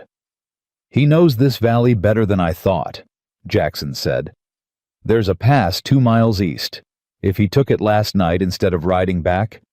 He stopped calculating and started moving. "We changed direction. There's another way south, longer and harder, but they won't know it." How much longer? Day and a half, he said. Maybe 2. She didn't waste time on the math of what that added to their situation. She just turned her horse and followed him, and when they hit the tree line and he increased pace, she matched it without being asked. They rode hard through the morning. Around midday in a hollow between 2 ridges where a frozen creek made a flat natural shelter from the wind, he stopped to let the horses rest. They stood close together without discussing it, sharing the small heat of proximity, and she took the documents out of her satchel and unwrapped them to make sure the oilcloth had held against the cold and the movement. They had. He watched her rewrap them with the careful attention to detail he'd given everything she did, and she said without looking up, "You're quiet when you're worried." "I'm usually quiet," he said. "You're quieter than usual when you're worried," she said. "There's a difference. You get very precise. Economy of words goes up." He looked at her for a moment. "You've been studying me." "You're interesting," she said simply, which was true and which she said without embarrassment, because she was 23 years old and had been alone for 2 years, and she was sitting in a frozen hollow in Wyoming with a man who had walked into blizzards and faced down armed riders and was underneath all of it, a person she thought she was beginning to understand. Something moved in his expression, that same particular quality of attention directed specifically at her, which was not the same as the way he looked at anything else. He said, "You're not what I expected." "What did you expect? Honestly." He paused. "Someone more broken." She looked at him. "I am broken," she said. "I'm just functional while broken. There's a difference." "Yes," he said, and something in his voice had changed register in a way she felt more than heard. "There is." The horses shifted. The wind moved through the hollow. Somewhere high above them, a hawk called once and was answered by nothing. She rewrapped the documents. "We should keep moving," she said. "We should," he said, and didn't move immediately, looking at her with those direct winter eyes. And for a moment, they were just 2 people in a hollow who had each been alone for too long, and who both knew it. Then he moved, and she followed. They were 4 miles further south when they found the rider blocking the trail. Not Reed's men. 1 man. Alone. On a good horse dressed in the kind of deliberate plainness that said official, without advertising it, a man who didn't need his authority to be visible because he carried it some other way. He put up a hand when he saw them. Jackson halted. Sarah halted beside him. The man said Jackson Colt. Jackson said, "Who's asking?" "Marshal Aldous Burke," the man said. "Out of Cheyenne." The name landed between them like a stone into still water. Jackson looked at him for a long assessing moment. Then, "I thought we'd have to come to you." "I've been in the area," Burke said. "Word reached me 3 days ago that someone was making moves against a woman in Blackridge." He looked at Sarah with a directness that was evaluative rather than intrusive. "Miss Whitmore." "Marshal," she said. "I've been building a case on Reed for 2 years," he said. "I'm 2 witnesses short, and I'm missing documentation I know exists." He paused. "Tell me you have something." Sarah reached into her satchel and brought out the oilcloth-wrapped packet. 31 documents, she said. Forged deed transfers, signed testimony from a participant naming Reed. Specifically, 2 judges compromised a timeline going back 8 years, and the names of every property acquired through fraud. She held it out toward him. "It's enough." Burke reached for it. And behind them from the tree line 40 yards back came the sound of hoofbeats. Multiple, fast, getting faster. Sarah turned. Jackson was already turning rifle coming up, and she had the pocket revolver out before she'd consciously decided to reach for it. Reed came out of the trees with 5 men behind him, and his face when he saw Burke in front of them, when he saw the federal marshal, when he understood what that meant, when the full shape of what was happening assembled itself in front of him, his face did something she had never seen it do. It went afraid. Not the performance of a man managing bad news. The real thing. The involuntary physical fear of a man who has built his entire world on a lie, and has just seen the lie end. "Reed," Burke said. His hand was already on his sidearm. "I've been looking for you." Reed pulled his horse up hard. His men hesitated, looking at Reed, looking at Burke, doing the calculation that hired men always do when the math of personal risk tips against the money. Maddox, to his credit or his stupidity, did not hesitate. He reached for his gun. Jackson fired once. The shot took Maddox's hat clean off his head and buried itself in the tree behind him. And Maddox went absolutely still with the particular frozen quality of a man who has just understood that he is alive by someone's deliberate choice and not by his own skill. "Next one's not a hat," Jackson said.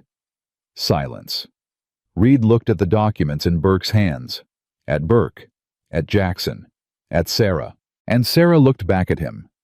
This man who had pushed her into a ditch on a cold road, who had spent months systematically dismantling every safe place she had, who had built his empire on the graves of families, who never understood why they had to leave. She looked at him without fear. That was the thing she registered most clearly. She looked at him and felt no fear. And the absence of it was not because she was brave, but because something had shifted in the last 48 hours. Some fundamental reorientation of who was standing on solid ground in this particular situation, and the solid ground was hers. "It's over, Mr. Reed," she said quietly. He looked at her for a long, awful moment. Then two of his men peeled away and rode back into the trees because they were hired labor and the math had gone conclusive. Burke said, "Morgan Reed, you are under federal arrest for fraud, forgery, conspiracy, and the unlawful seizure of territorial lands." He moved his horse forward. "Get down." For a moment she thought Reed might run. The calculation played across his face in real time, the same face that had worn pleasantness like a costume.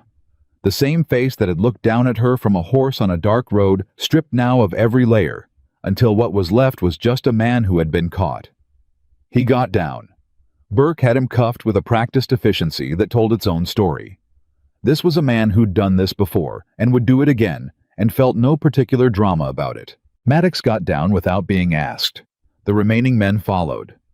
Burke looked at Jackson across the clearing.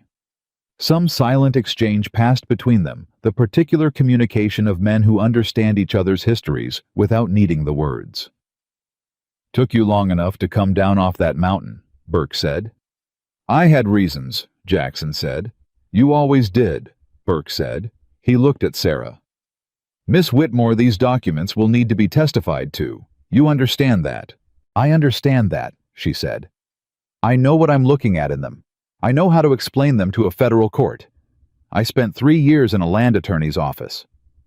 Burke looked at her with an expression that was, she thought, the look of a man revising something upward. "That'll be useful," he said. "I expect it will," she said. Reed was being secured to his saddle with Burke's deputy. She hadn't noticed him until now, emerging from the tree line on the far side of the trail, where he'd clearly been waiting for precisely this convergence. She watched Reed tied and led, and she thought about Clara Hobbs, apologizing with tears in her eyes. She thought about Margaret Calloway looking at the wall while Maddox held her wrist. She thought about 8 families pushed off land they'd bled for, about 2 dead men in documents, about Thomas at a kitchen table taking notes on how the law worked while she explained it to him without understanding what she was explaining. She thought about all of it, and she felt it, and then she let the cold air move through her, and she let it go. Not forgave. Just released. Set down. Stopped carrying. Beside her, Jackson sat his horse with that particular stillness of his, watching the deputies handle the situation, and she looked at him sideways at the profile she was starting to know, at the man who had spent 6 years above the world, telling himself he was finished with it. "Burke came to you," she said quietly so only he could hear. "Before all this. That's why you were watching." He was quiet for a moment. "He wrote to me 6 months ago," he said. "Said Reed was moving and he needed someone on the ground who knew the territory, someone he trusted." He paused. "I told him I wasn't interested." "But you watched anyway." "Habit," he said. "And when I walked into Calloway's, you were the thing I'd been waiting to see," he said. "Someone who was going to break or someone who was going to fight." He glanced at her. "You didn't do either one." "What did I do?" He thought about it. You just kept being yourself, he said. In spite of everything, you just kept being who you are. He paused. That's harder than fighting. She held that for a moment in the cold mountain air, with the sounds of reed being secured 50 yards away, and the hawk still making its distant circles above them. What happens now? She said. Burke takes them to Cheyenne, Jackson said. Federal court convenes. You testify. Case gets made. He looked at the peaks above them, the winter sky brilliant and empty above the tree line. Takes months probably, but it ends. And the land, she said. The families. Federal court can void the fraudulent transfers, he said, if the documentation is as solid as you say it is. He looked at her. Is it? It's solid, she said. I know what I built in St. Louis. This is better than half of what my employer filed legitimately. She paused. Thomas was good at what he did. He just used it wrong. Most people's tragedy, Jackson said, in some form or another. Burke rode back toward them. I'll need you in Cheyenne within 2 weeks, he said to Sarah. Can you manage that? Yes, she said. He looked at Jackson. You coming? Jackson looked at Sarah. She looked back at him. And in the looking was something that hadn't been there 48 hours ago. Or maybe it had been there from the moment he'd crouched down in the blizzard and said, I've got you, and it had simply been waiting for a quieter moment to become visible. Yes, Jackson said. I'm coming. Burke nodded and turned his horse and began moving his prisoners down the trail toward the south road. Sarah and Jackson sat their horses side by side in the clearing. The trees were tall around them. The sky was enormous above. The snow had that specific brightness that comes after a storm when the world looks newer than it has any right to. Your cabin, she said. You're going to be gone a while. It'll keep, he said.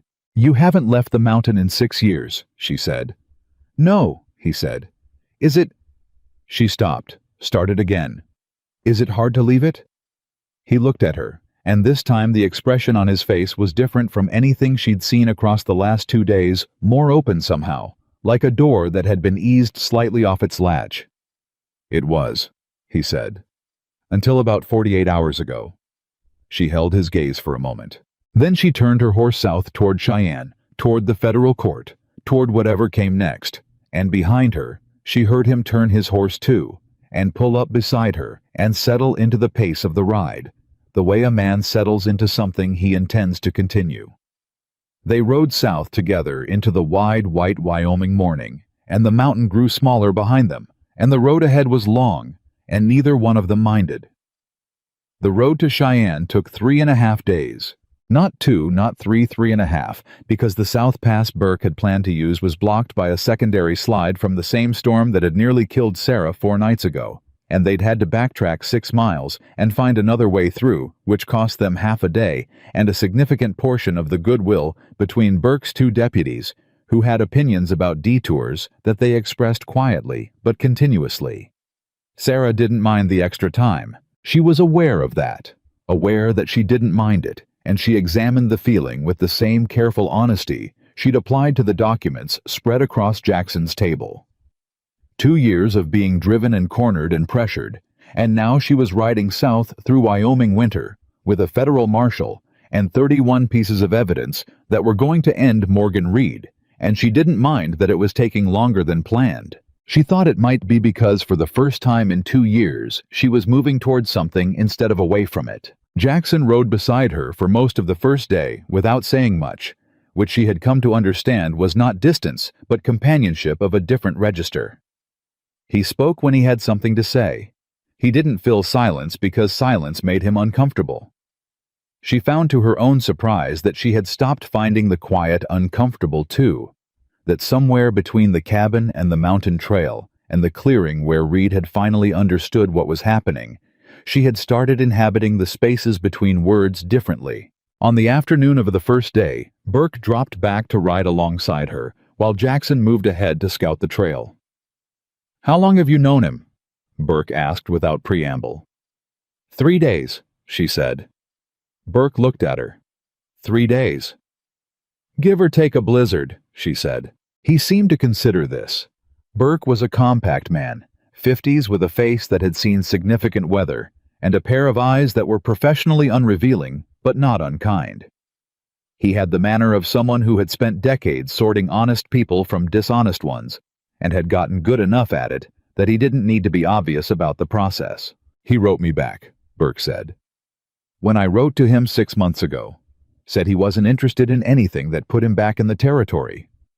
He watched Jackson's horse moving ahead of them through the snow. I sent 3 letters, got 3 refusals. Very polite, very final. What changed? Sarah asked, though she thought she knew. You did, Burke said simply. She looked at Jackson's back, the set of his shoulders the easy way. He sat his horse the way he'd moved through the last 72 hours, like a man who had located something he hadn't realized he was missing. I didn't ask him to get involved, she said. No, Burke said. That's the part that matters. He rode forward again, and Sarah let the conversation settle into her the way the cold settled pervasively, getting into places she hadn't thought to leave unguarded. They stopped the first night at a relay station 20 miles south of the valley, a low building that smelled of horse and wood smoke and coffee that had been on the stove since sometime last week. The station keeper was a taciturn man named Olds, who asked no questions and provided 4 bunks a meal of salt beef and biscuits, and the coffee which was terrible and deeply welcome. Reed was secured in the stable with the 2 deputies taking turns watching him. He had said almost nothing since the clearing. He ate when food was offered. He looked at the floor. The man who had built an empire of pleasant authority and quiet threat had, without any single dramatic event, simply deflated, like something that required constant pressure from inside to maintain its shape, and the pressure was gone. Maddox, by contrast, had not stopped talking since they'd left the mountain. He talked to Burke, he talked to the deputies, he talked to the station keeper.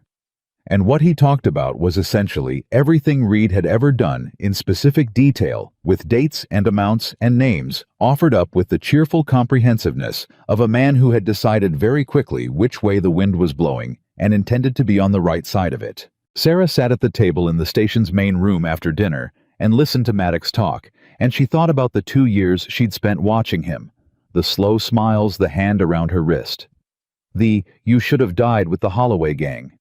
Sarah, and she felt something complicated that was not quite satisfaction, and not quite grief, and was maybe just the particular exhaustion of having survived something that had seemed unsurvivable. Jackson sat across from her. He had a cup of coffee he wasn't drinking, and he was watching her in that way he had not intrusively, more like a man keeping a reading on something he's invested in understanding. "What are you thinking about?" he asked. 2 years ago, she said. Standing in Calloway's for the first time after Thomas was gone, and Margaret Calloway not meeting my eyes. She paused. I told myself that day that I just needed to hold on long enough for things to change. I didn't actually believe it would work. I just didn't have another plan. You held on, he said. By my fingernails, she said. There's no dignity in it when you're doing it. It just feels like failing slowly. He looked at her with an expression that had something in it she'd seen only once before, briefly when she'd read Thomas's last letter and put her hand over the envelope, something that recognized a specific kind of pain from the inside. I know what that feels like, he said. 6 years on a mountain, she said. 6 years on a mountain, he confirmed. What were you holding on to? She asked. He was quiet for a moment, long enough that she thought he might not answer. Then, honestly, at first nothing. I was just stopping, not moving. After the job and the badge and the man in the cell, I couldn't figure out what forward was anymore, so I stopped. He turned his coffee cup in his hands. After a year or two, it started to be something else. Not hope exactly. More like waiting, like I was keeping myself in reserve for something I couldn't name yet. She looked at him across the table in the bad light of the station lamp. That's a long time to wait, she said. Yes, he said. He looked at her. It was. Maddox's voice filled the room. Burke's deputy answered him with a short, sharp question. The fire cracked. Outside, the wind moved against the building and was answered by nothing. "Get some sleep," Jackson said quietly. "Tomorrow's long." She went to the bunk they'd assigned her and lay down in her clothes and thought about the word waiting and what it meant when a person didn't know they were doing it, and fell asleep before she'd finished the thought. The second day brought sun, which made the snow brilliant, and the cold more honest, the clear cold of a sky that was simply cold without storm behind it. They made good time on the South Road, and the mood of the party shifted incrementally, the way mood does when weather cooperates, not exactly lightening, but releasing some held tension. It was on the second afternoon that Maddox said something useful. He'd been talking to Burke for an hour. They were riding in loose formation. Burke and Maddox slightly ahead, Sarah and Jackson behind, and most of what he'd said had been the expected catalog of Reed's crimes. Then his voice dropped, and Burke's posture changed, slightly sharpening, and Sarah looked at Jackson. He had heard it too. He moved his horse forward, and she followed. "Say that again," Burke was saying. "Bridger," Maddox said. "District Judge Laramie. Reed had him going back 4 years. Not just looking the other way, actively steering cases. If a claim came up that Reed contested, Bridger dismissed it. If a family tried to appeal a transfer, Bridger denied the appeal." He paused. "I delivered payments personally, 3 times. Burke looked at him with the expression of a man taking inventory. "You'd testify to that?" "For a reduced charge," Maddox said. "Yes, District Judge Bridger." Burke said more to himself than anyone. He looked at Sarah. "That changes the scope." Sarah had already understood what it meant. A district judge meant every fraudulent case. Bridger had handled potentially dozens of cases, not just Reed's land claims, but anything he'd touched while on Reed's payroll. It meant the corruption was larger than the documents showed. It meant the case got bigger. "I can cross-reference the documents," she said immediately. "The cases Bridger dismissed, the dates, I can match them against the deed transfers in Thomas's papers. If the pattern holds, it'll hold," Maddox said with the weary confidence of a man who had seen the whole machine running. "Bridger didn't do anything for free. Every case is in the record." Burke looked at her. "Can you do that in Cheyenne before we go to the federal attorney?" "Yes," she said. "Give me the court records and Thomas's documents in a day. I'll build the complete picture." Burke nodded slowly. She could see him recalculating the shape of the case, expanding the potential of what they were walking into Cheyenne, with growing larger than he'd anticipated when he'd ridden north to intercept them. Jackson said quietly beside her, "You just turned a land fraud case into a judicial corruption case." "The evidence turned it," she said. "I'm just reading what's there." He looked at her with that particular quality of attention. "Burke knows what he has now," he said. "In you, I mean, not just the documents." She hadn't thought about it in those terms. She thought about it now. "I'm a witness," she said, "and a document analyst. You're someone who can walk into a federal attorney's office and explain 31 forged documents and their relationship to a corrupted district judge," he said. "That's not nothing, Sarah. That's the difference between a case that gets made and one that falls apart." She took that in. Something about the way he said it, direct matter of fact, not praising her so much as accurately describing a reality, landed differently than praise would have. He wasn't telling her she'd done well. He was telling her what she was. She was not used to being seen clearly. She found she liked it considerably. They reached the outskirts of Cheyenne on the afternoon of the third day, and the city arrived around them incrementally. More traffic on the road, more buildings. The particular noise of a territorial capital that never fully quieted. Sarah had been in Cheyenne once briefly, when she and Thomas had first come west, and she'd thought then that it had the feel of a place still deciding what it was going to be. Half frontier, half something more permanent. The scaffolding of civilization going up alongside the raw material of the territory. It still felt that way, but she felt different moving through it. Burke took Reed and Maddox directly to the federal holding facility, a brief, efficient process that involved paperwork and armed men, and the specific bureaucratic dignity of the law being exercised properly, which Sarah found unexpectedly almost moving. Not theatrical, not triumphant, just correct. The way things were supposed to work when they worked. She and Jackson were installed in a boarding house 2 streets from the federal courthouse separate rooms, which was appropriate, and which neither of them discussed as being anything other than appropriate. The landlady was a sharp-eyed woman named Mrs. Pruitt, who charged a fair rate and asked no questions, which Sarah added to the mounting list of things she was grateful for. That first evening in Cheyenne, with the documents spread across the small desk in her room, and a proper lamp above them, and her own notes growing in the margins of a ledger, Burke had provided she worked for 4 hours and built the case. It was, she realized about 2 hours in, even stronger than she'd thought on the table in the cabin.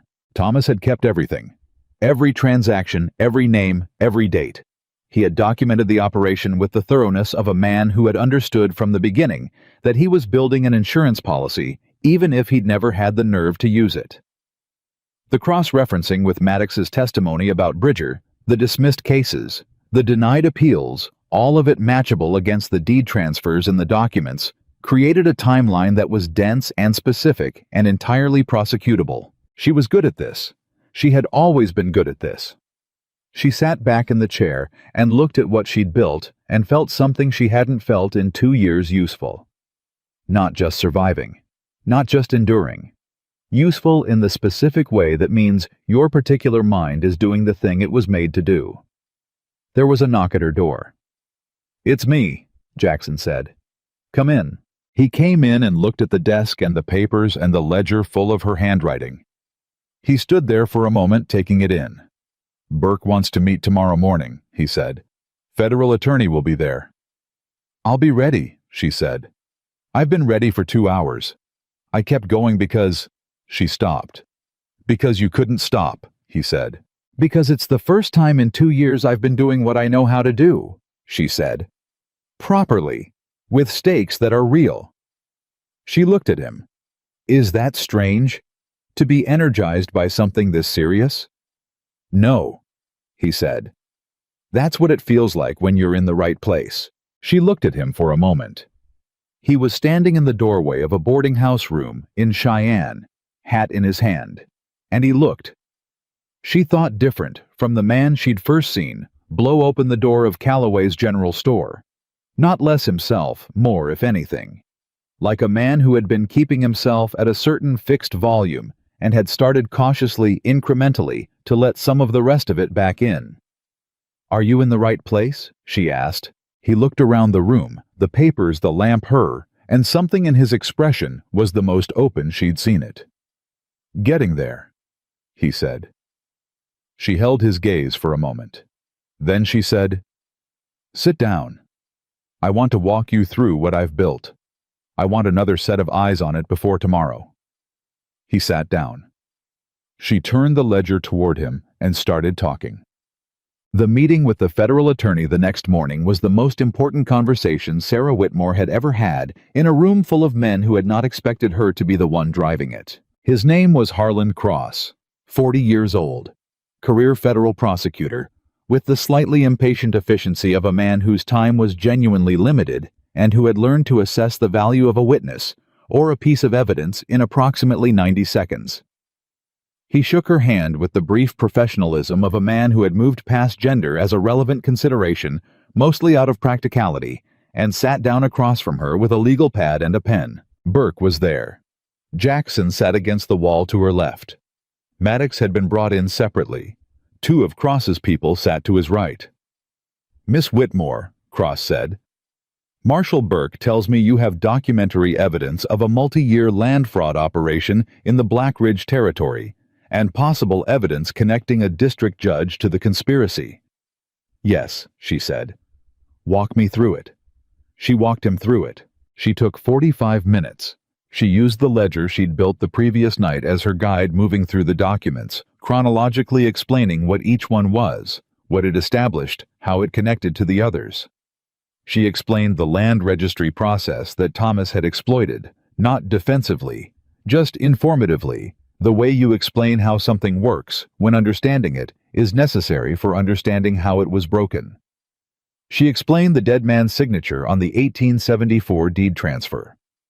She explained the Bridger connection, using Maddox's dates, cross-referenced against the court dismissal records Burke had pulled from the territorial office that morning. Cross stopped her 3 times to ask specific questions. Each time she answered directly without hedging. Each time he wrote something on his legal pad and told her to continue. When she finished, Cross looked at his pad. Then he looked at Burke. Then he looked at Sarah.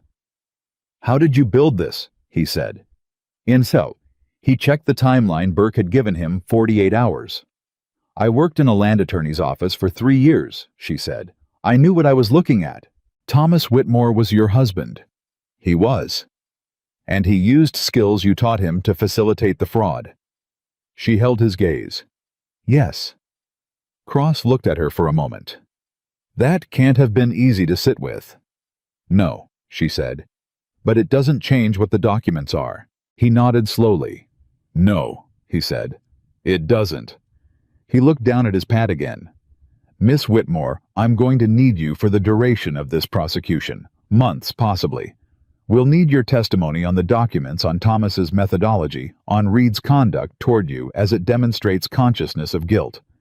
He looked up. "Are you willing?" "Yes," she said without hesitation. "We can provide accommodation." "I'll manage my own accommodation," she said. He looked at her for a fraction of a second longer than necessary. Then he said, "All right," and moved on to his next question, and Sarah felt the room settle around her into a shape that had her at its center in a way that was not unfamiliar, but that she hadn't experienced in 2 years. After, in the hallway outside Cross's office, Jackson fell into step beside her and said nothing for a full block. Then he said, "You were extraordinary in there." She looked at him. "I was competent," she said. "That's all." "You were extraordinary," he said again, with the flat certainty he used for facts that were not up for negotiation. Cross had made up his mind about what this case was before you started talking. You restructured his understanding of it inside 45 minutes. She thought about this. About Cross's face when he'd asked how she'd built it, the specific quality of surprise that comes not from something being unexpected, but from something being better than expected. "He'll make the case," she said. "He will," Jackson said, "because you gave him something he couldn't make himself." They walked another block. "There's something I need to tell you," he said. She looked at him. His voice had changed, dropped into that quieter register that meant something real was coming.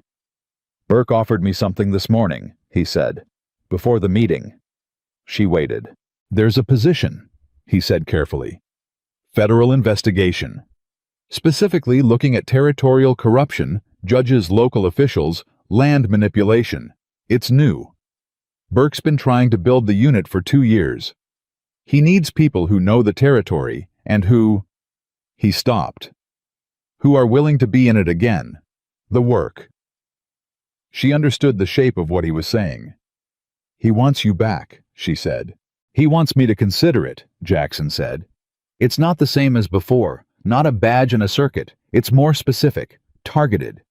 The kind of work where you see it through from the beginning to the end." She looked at his face, the careful quality of it, the way he was holding this information at slight arm's length from himself, as though he hadn't decided yet whether it was something he wanted or something he was afraid to want. "What did you tell him?" she said. "That I'd think about it," he said. "That I had other things to consider first." She held his gaze. "What other things?" He stopped walking. They were on a Cheyenne street in November, and the wind was cold, but mild compared to what they'd come through, and he looked at her with those Winter Creek eyes that had over 3.5 days become something she didn't know how to imagine not seeing regularly. "You," he said, simply. The way he said the things that mattered. She didn't look away. "You barely know me," she said, which was true, and also felt increasingly beside the point. "I know you held yourself together for 2 years when the entire structure of your life was being taken apart," he said. "I know you walked 10 miles into a blizzard rather than give Reed what he wanted. I know you sat at a table in the dark and read your dead husband's guilt, and built a federal case out of it in 48 hours. He paused. I know that when Maddox reached for his gun in that clearing, your hands didn't shake.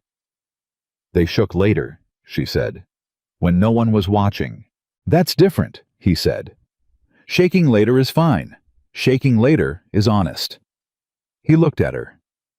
You're the most honest person I've been around in a long time. She thought about Thomas's last letter. Sarah, who is the most honest person I have ever known. Different man, same assessment, and she wasn't sure whether that was comforting or just sad. I'm not easy, she said carefully. I've been through things that leave marks. I'm not the version of a woman that men usually... I know, he said. I have opinions, she said. Strong ones, about things that matter. I can't be someone who stands back and waits to be told what her life is. I know that too, he said. And I'm not going to Widow's Ridge, she said. I'm not going somewhere isolated and quiet to be safe. I have work to do. Real work. The kind that matters. I wouldn't ask you to, he said. He paused. I might ask you to have dinner with me, tonight, in Cheyenne, like two people who have known each other for 4 days and have been through considerable amounts of weather together. She looked at him for a moment. That, she said finally, I can do. Something shifted in his expression, the very careful, very controlled thing that had been held in place for 6 years, releasing slightly the way a door releases when the bar is lifted. Not open, just no longer barred. 6 o'clock, he said. 6 o'clock, she agreed. They had dinner at a restaurant 2 streets from the courthouse that was neither fancy nor plain, a place that served honest food and didn't make assumptions about its customers. They talked for 3 hours. Not about Reed, not about the case, not about blizzards or documents or mountains. He told her about growing up in Kansas, the flatland, the sky that went on forever, the particular loneliness of a child who thought too much in a place that valued action. She told him about St. Louis, about the attorney's office, about the specific freedom she'd felt being good at something in a world that wasn't built to acknowledge it. He told her about his years as a marshal, the good years before the end of it. Cases that had been clean justice, that had worked the way it was supposed to work, the satisfaction of a job that meant something. She told him about Thomas, not the whole weight of it, not yet, but the shape of it. The man she'd thought he was. The man he'd turned out to be. The particular grief of discovering that the person you'd organized your life around had been a partial fiction. He listened without trying to fix any of it, which was, she had come to understand exactly the right response. After dinner, they walked back toward the boarding house in the cold Cheyenne night, and at the door, she turned and looked at him and said, "Take the position." He looked at her. "Burke's offer," she said. "Take it. You've been on that mountain 6 years punishing yourself for something you couldn't have prevented. You know what justice looks like when it works. That matters. Men who know what it's supposed to look like need to be the ones building it." She paused. "Take the position." He was quiet for a long moment. "It would mean staying in the territory," he said. "Not going back to the mountain." "I know," she said. "It would mean being somewhere near Cheyenne," he said, "for the foreseeable future." "I'm aware of the geography," she said. Something moved through his expression. "You're going to be here for the duration of the prosecution," he said slowly. "Cross needs you. Months." "Possibly," she said. "So," he said. "So," she agreed. The night was cold, and the street was quiet, and above them the Wyoming sky was enormous and full of stars. "I'll tell Burke tomorrow," he said. She nodded once. Then she went inside, and she heard him stand there for a moment before his boots moved off down the street. And she thought about Thomas's last letter. If anyone can make this right, she can. And she thought it was a complicated kind of right. Nothing clean or simple about it. Full of things she'd have to carry, and things she'd have to rebuild and work. She'd have to do that nobody had asked her to do, but that was hers anyway. But it was right.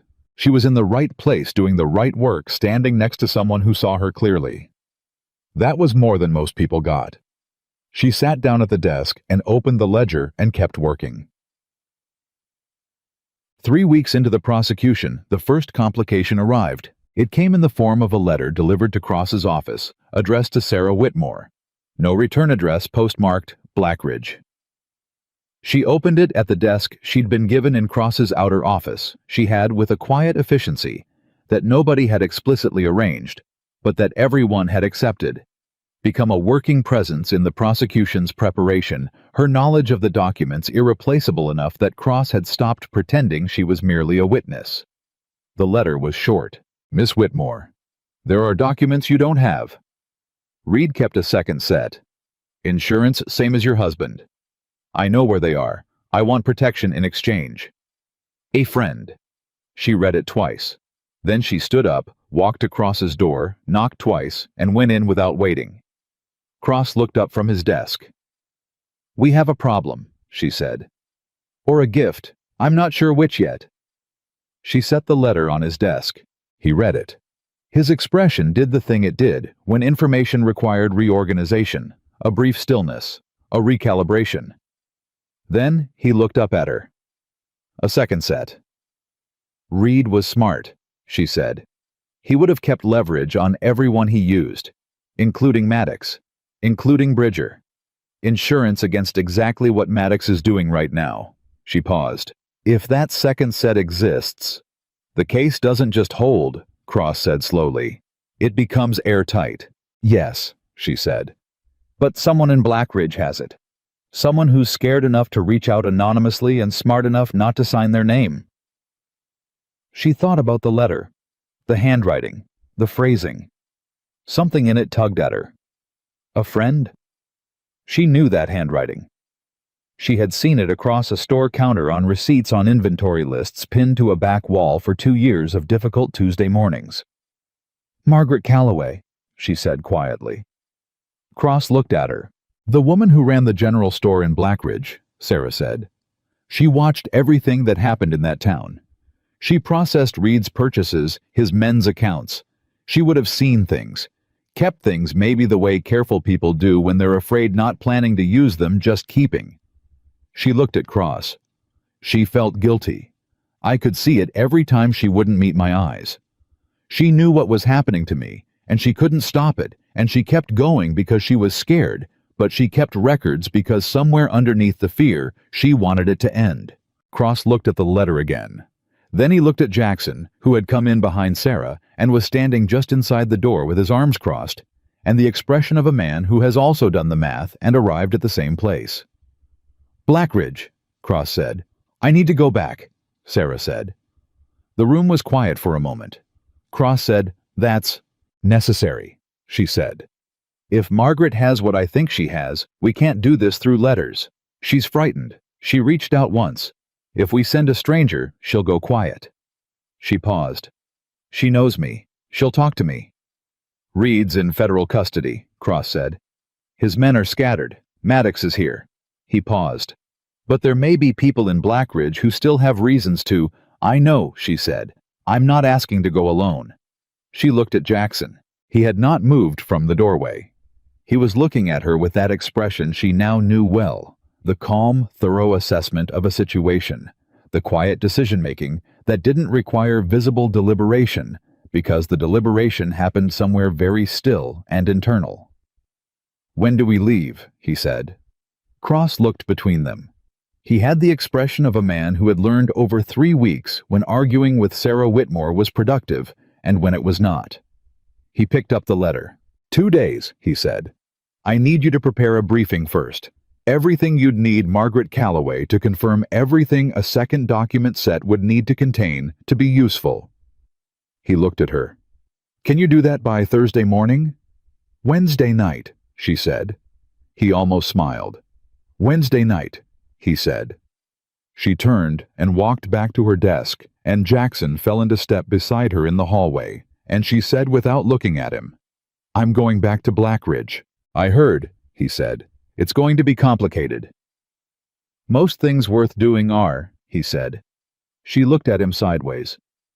You don't have to. Sarah, he said. She stopped. He looked at her with those direct, quiet eyes. "Stop telling me I don't have to," he said.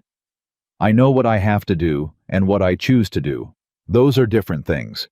I've known the difference for a while now." He paused. "I'm choosing." She held his gaze for a moment. "All right," she said.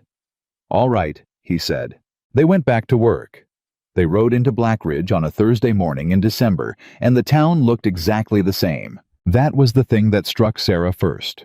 Not the cold, not the familiar shape of the buildings, not even the faces that turned to watch them come down the main street. It was the sameness of it, as though the world had not shifted on its axis in the past 3 weeks. As though Reed's arrest and Maddox's cooperation and 31 documents spread across a federal attorney's desk had happened somewhere else entirely in some other story. And Blackridge had simply continued being what it was, without noticing. But then she looked more carefully, and she saw that it had noticed. The sheriff's office had a new deputy out front, not one of Reed's men, a younger man she didn't recognize sitting in a chair with the careful alertness of someone newly placed and aware of it. Calloway's General Store had a sign in the window she'd never seen before. "Under new management established December 1876, which told her Margaret had made some decisions of her own in the intervening weeks. 2 of the buildings that had belonged to Reed's associates were dark, their owners apparently having reassessed the wisdom of remaining in a town where the federal government had taken an interest. The town was the same. The town was completely different. The difference was that the fear had moved. It was no longer organized against her and directed by Reed.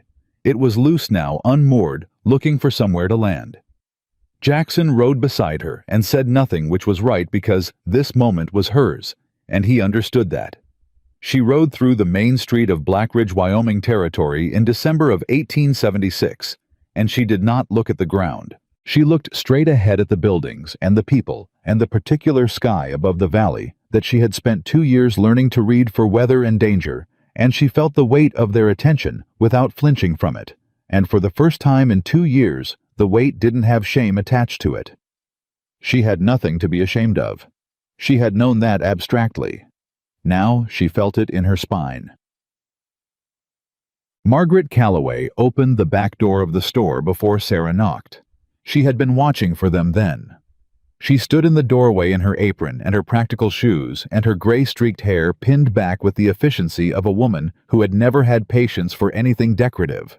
And she looked at Sarah with an expression that was several things at once: relief guilt, the specific discomfort of a person who has done insufficient good for too long and knows it. "Miss Whitmore," she said. "Mrs. Calloway," Sarah said. They looked at each other for a moment. "You'd better come in," Margaret said. Jackson stayed outside, not because he was told to, because he understood without being asked that this conversation had to happen between these 2 women without a man's presence reorganizing the dynamic. Sarah had not asked him to stay outside. She hadn't needed to. The back room of Calloway's General Store smelled of coffee and dry goods and the particular dusty warmth of a place that had been operating continuously for a long time. Margaret poured 2 cups without asking and set them on the small table she used for inventory work and sat down across from Sarah and folded her hands. "I heard about Reed," she said. "He's in federal custody in Cheyenne," Sarah said. "Federal prosecutor has the case. It's solid." Margaret nodded. She was looking at the table. "I heard about Maddox, too." "Cooperating witness," Sarah said. "Reduced charges." Another nod. A silence that had several things pressing against the inside of it. "I didn't help you," Margaret said finally. Her voice was flat and direct, the voice of a woman who had decided to say the true thing without dressing it up. 2 years. I watched what they were doing to you, and I looked at the wall, and I told myself it wasn't my business, and I was afraid, and—" She stopped. "None of that matters now. I didn't help you when I could have." "No," Sarah said. "You didn't." She let that sit without softening it, because Margaret hadn't asked for it to be softened, and because it was true, and because Sarah was done with the particular exhausting dishonesty of telling people that the ways they'd failed her were understandable. They were understandable. They were still failures. "I want to make it right," Margaret said. She looked up. "That letter I sent. You have documents," Sarah said. "Reed's second set." Margaret's hands tightened slightly on the edge of the table. "He used to meet in the back of this store," she said, "before he got confident enough to stop being careful. In the early years when things were still being set up, I kept the room. I made coffee. She paused. "I was invisible. The way women in stores are invisible to men who are planning things. They don't think about you being there. They don't think about what you hear." "What did you keep?" Sarah said. Margaret stood up and went to the far wall where the shelves of dry goods created a narrow corridor, and she moved a wooden crate that had flour sacks stacked on it, and behind it, flush against the baseboard, was a flat tin box about 12 inches long, sealed with a simple latch. She brought it to the table and set it down. "I've had this for 4 years," she said. "I was afraid to use it and afraid to destroy it. I told myself I was keeping it for the right moment." She looked at Sarah. "I think the right moment was 2 years ago. I was a coward." Sarah looked at the tin box. Then she looked at Margaret. "Yes," she said quietly, but without cruelty. "You were." She reached out and put her hand briefly over Margaret's folded ones. "But you're not being one now. That matters." Margaret pressed her lips together, nodded once sharply, like a woman accepting a verdict she'd handed down herself. Sarah opened the box. The second set of documents was, as she'd suspected, Reed's insurance against everyone he'd ever used. And it was devastating. Where Thomas's documents showed the architecture of the fraud, the forged transfers, the timeline, the methodology. Reed's own records showed the human machinery behind it. Payments to Bridger. Yes, but also correspondence with 2 territorial legislators. A letter from a U.S. Land Office administrator in Denver, acknowledging a payment and promising a specific review delay on contested claims. Names of men in 3 other Wyoming counties who had participated in variations of the same scheme in exchange for a percentage of the land value. It wasn't a county-level fraud. It was a territorial one. Sarah sat at Margaret Calloway's inventory table and read through the documents with the focused speed of someone who knew exactly what she was looking at, and as the full shape of it assembled itself, she felt something cold move through her. Not fear, not exactly, but the specific chill of understanding that the thing you've been fighting is considerably larger than you knew. She looked up. "Margaret," she said carefully, "how many people know you have this box?"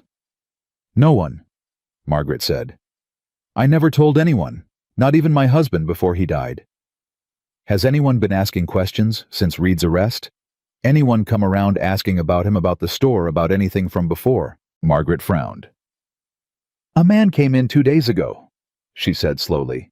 "Said he was a territorial land assessor. Asked about property records, which stores kept what kind of accounts." She stopped. Her face changed. "He was looking for something." "Did he come back?" "He said he'd return Thursday," Margaret said. Today was Thursday. Sarah closed the tin box. "Is there another way out of this building?" "Through the front." "Besides the front." "The cellar has an egress into the alley on the east side," Margaret said, and her voice had gone tight with the understanding of what was happening. "Sarah, go about your morning normally," Sarah said. She was already standing, already moving. "Keep the store open. If anyone comes asking for me, or for a tin box, or for anything that sounds like what we've been discussing, you know nothing. You had a customer this morning. She left. You haven't seen her since." She picked up the box. "Can you do that?" Margaret Calloway looked at her. This woman she had failed for 2 years, who was now standing in her back room with steady hands and clear eyes, giving her instructions, and something in her expression shifted from guilt into something more functional. "Yes," she said. "I can do that." Sarah went through the store to the front and pushed open the door just far enough to see the street. Jackson was exactly where she'd left him.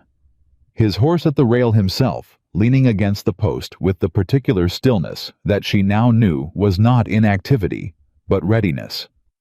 His eyes found her immediately, and she saw him read her face and straighten in one continuous motion.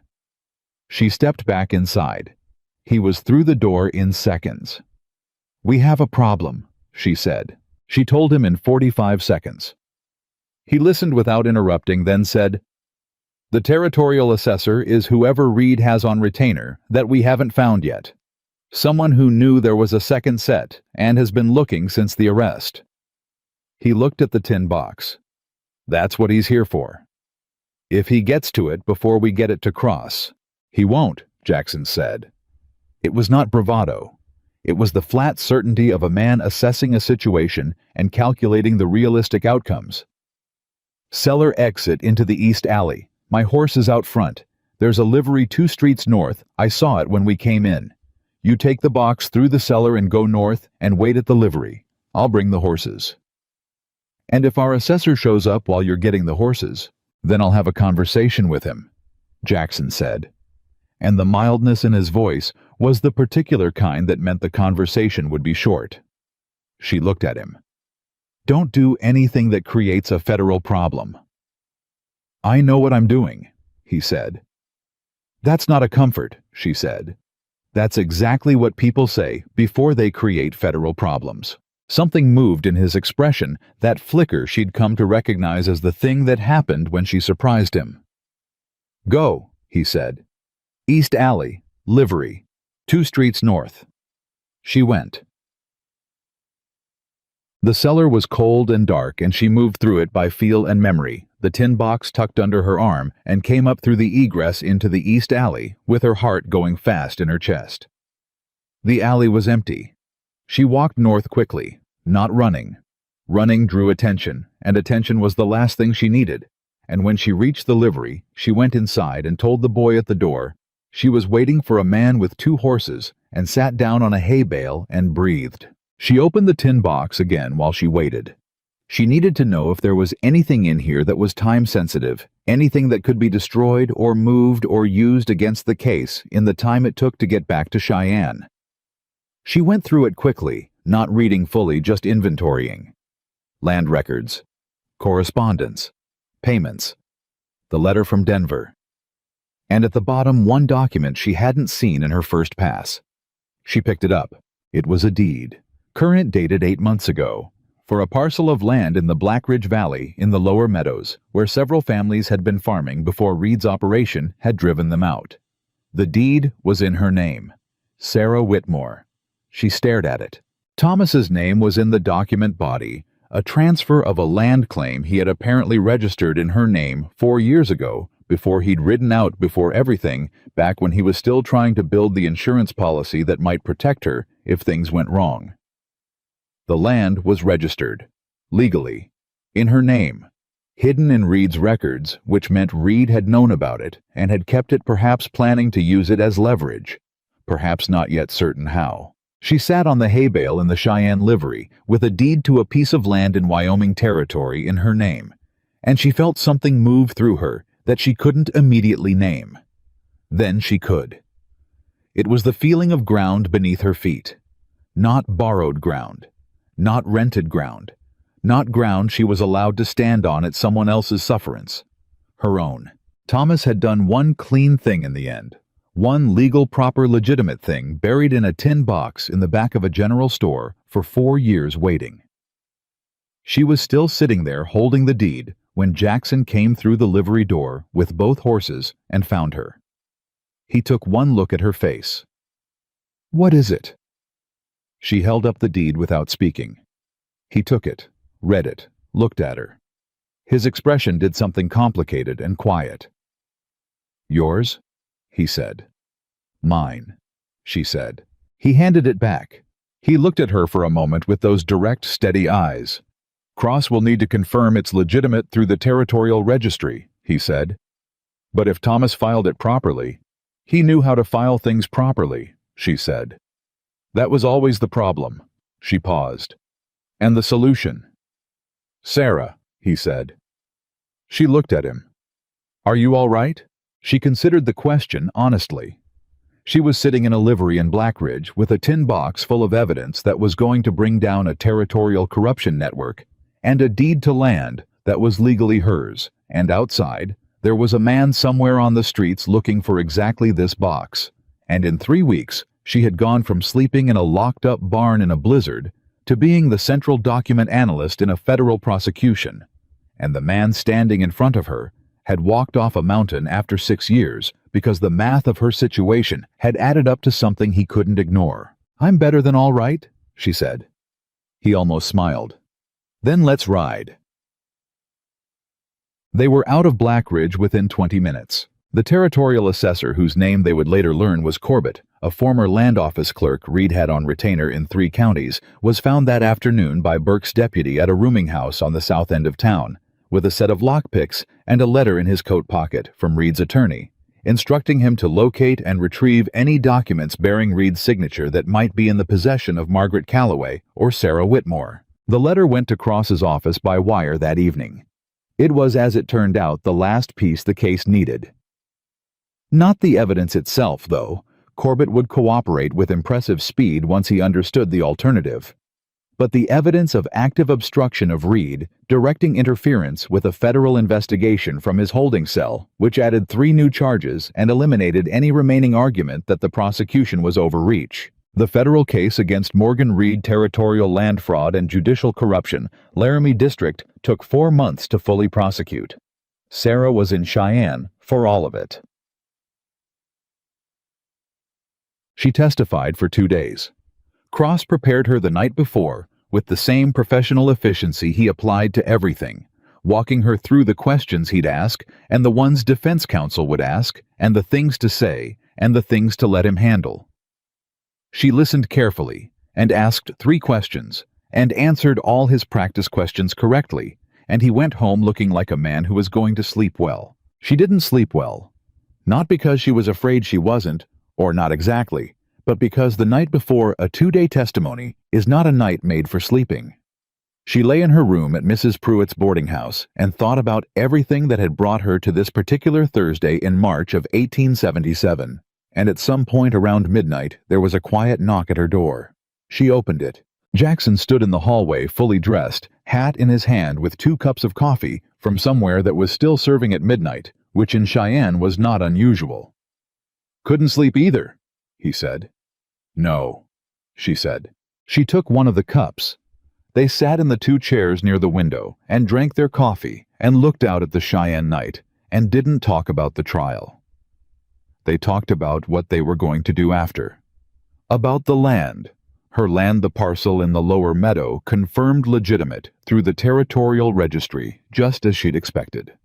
About what the parcel might be used for. About whether it made sense to rebuild, or whether she'd want to start somewhere clean. He told her he'd formally accepted Burke's offer 2 weeks ago. She'd known he would. She'd known from the moment he'd told her about it that he was going to say yes, because a man like Jackson Colt didn't come off a mountain after 6 years of watching and go back up the mountain. He'd been in reserve waiting for work that mattered, and now he had it.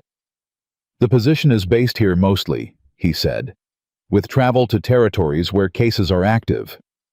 "So Cheyenne," she said. "Mostly," he said. "That's where the territorial registry is," she said. He looked at her. "Is that relevant?" "I've been offered a position," she said, and she watched his face change.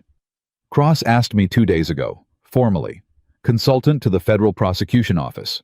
Document analysis, land records, anything that needs someone who knows how the registry works and what fraud looks like from the inside." She paused. "It's paid work, real work, the kind that matters. In Cheyenne," he said. "Mostly?" she said with exactly his inflection, and this time he did smile, the full version which she'd seen only 3 or 4 times, and which changed the whole architecture of his face into something warmer and more open than his default. "You already said yes," he said. "I said yes the same day he asked," she said. "You didn't tell me." "I wanted to see how long it took you to figure it out," she said. He shook his head slightly, not in exasperation, in something that was closer to wonder. "You're something else," he said. "I know," she said without false modesty, because she did know, and pretending otherwise would have been dishonest, and she'd been done with dishonesty for some time now. The coffee got cold, the night got later, At some point he said he should let her try to sleep, and she said probably yes. And at the door he stopped and turned and looked at her, and she looked back at him, and the night had a particular quality of stillness that made what he said next feel both careful and inevitable. "I'm not going to ask you anything tonight," he said. "Wrong timing. But I want you to know that whatever comes after this, after the trial, after the case, after everything gets settled into its new shape, I'd like to be in the same territory as whatever you're building, if that's something you'd want." She held his gaze for a long, still moment. "It's something I'd want," she said. He nodded once, like a man receiving information he intended to act on. Then he went down the hall and she closed the door, and she sat back down in her chair and felt the specific warmth of a thing being true. She testified for 2 days, and every question Cross asked, she answered cleanly and directly, and when defense counsel tried to use Thomas against her, tried to suggest that her intimate knowledge of the documents implied her involvement, she looked at the defense attorney with the particular expression of a woman who has been underestimated by precisely this type of man, in precisely this type of room for her entire professional life, and she said calmly, "My husband used skills I taught him legitimately to conduct fraud I had no knowledge of. The documents and evidence demonstrate that I was never named, never paid, never contacted, and never consulted. They also demonstrate that Morgan Reed identified me as a potential threat to his operation, not because I was complicit in it, but because I was the person most capable of understanding and explaining it, which is, as you can see, exactly what I've spent the past 4 months doing." The courtroom was very quiet. Cross didn't smile, but his pen moved across his legal pad with a particular emphatic quality. Reed, sitting at the defense table, looked at the grain of the wood in front of him and did not look up. Tuck. The verdict came back on a Tuesday morning in April. Guilty. Morgan Reed, 37 counts. Bridger prosecuted separately, pled guilty to 11 counts before the jury came back. The Denver Land Office administrator resigned and cooperated in exchange for federal consideration. The 2 territorial legislators were indicted 6 weeks later, and their cases were still working through the system when spring finished arriving and the Wyoming grass came up green and the sky went the particular blue it went in April when the winter was finally done, being winter. Sarah was in Cross's office when she heard about the verdict, and Cross shook her hand across his desk with both of his and said she had built the most thorough document case his office had prosecuted in a decade. She thanked him and meant it, and then she walked out into the April Cheyenne street and tilted her face up toward the sun for a full 30 seconds because it was warm, and she was alive, and Morgan Reed was going to prison. Jackson found her there. He came up beside her and stood with his face in the same sun and didn't say anything for a moment. Then he said, 37 counts. 37, she confirmed. He said, which was his version of a standing ovation. She lowered her face from the sun and looked at him.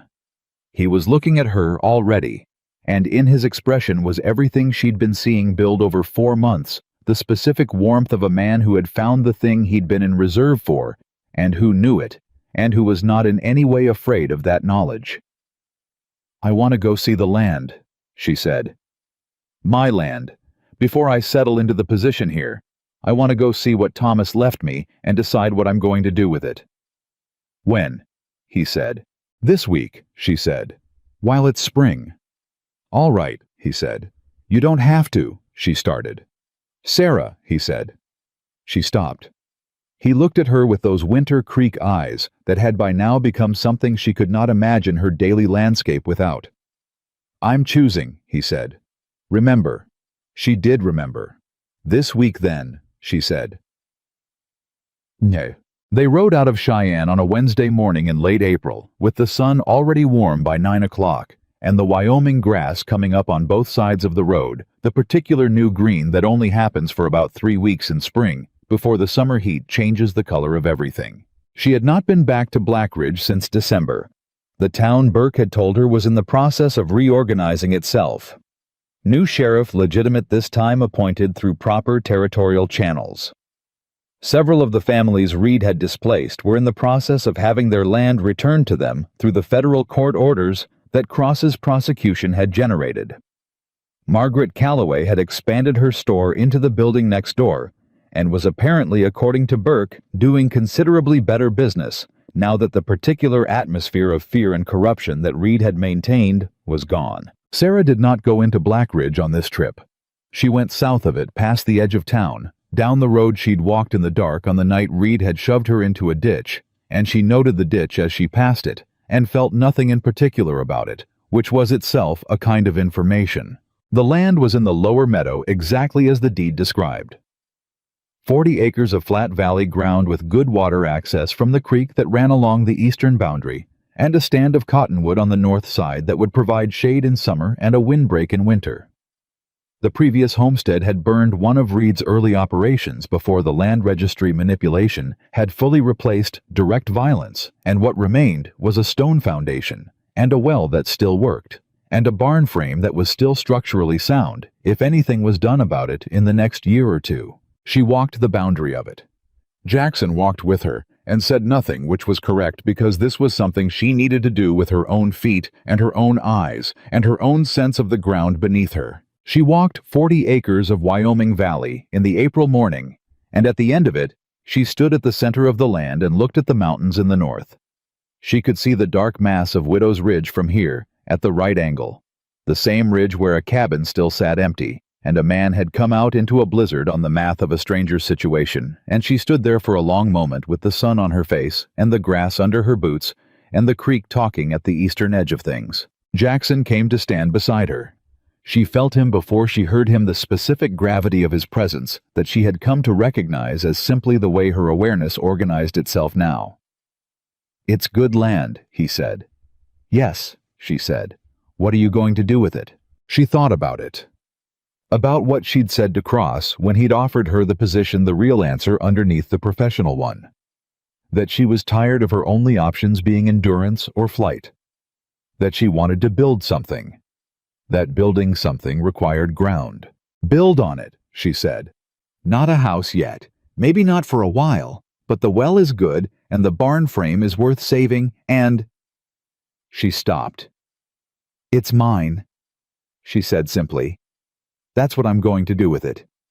Make it something mine." He looked at her, and in his expression was the particular warmth that was not performance had never been.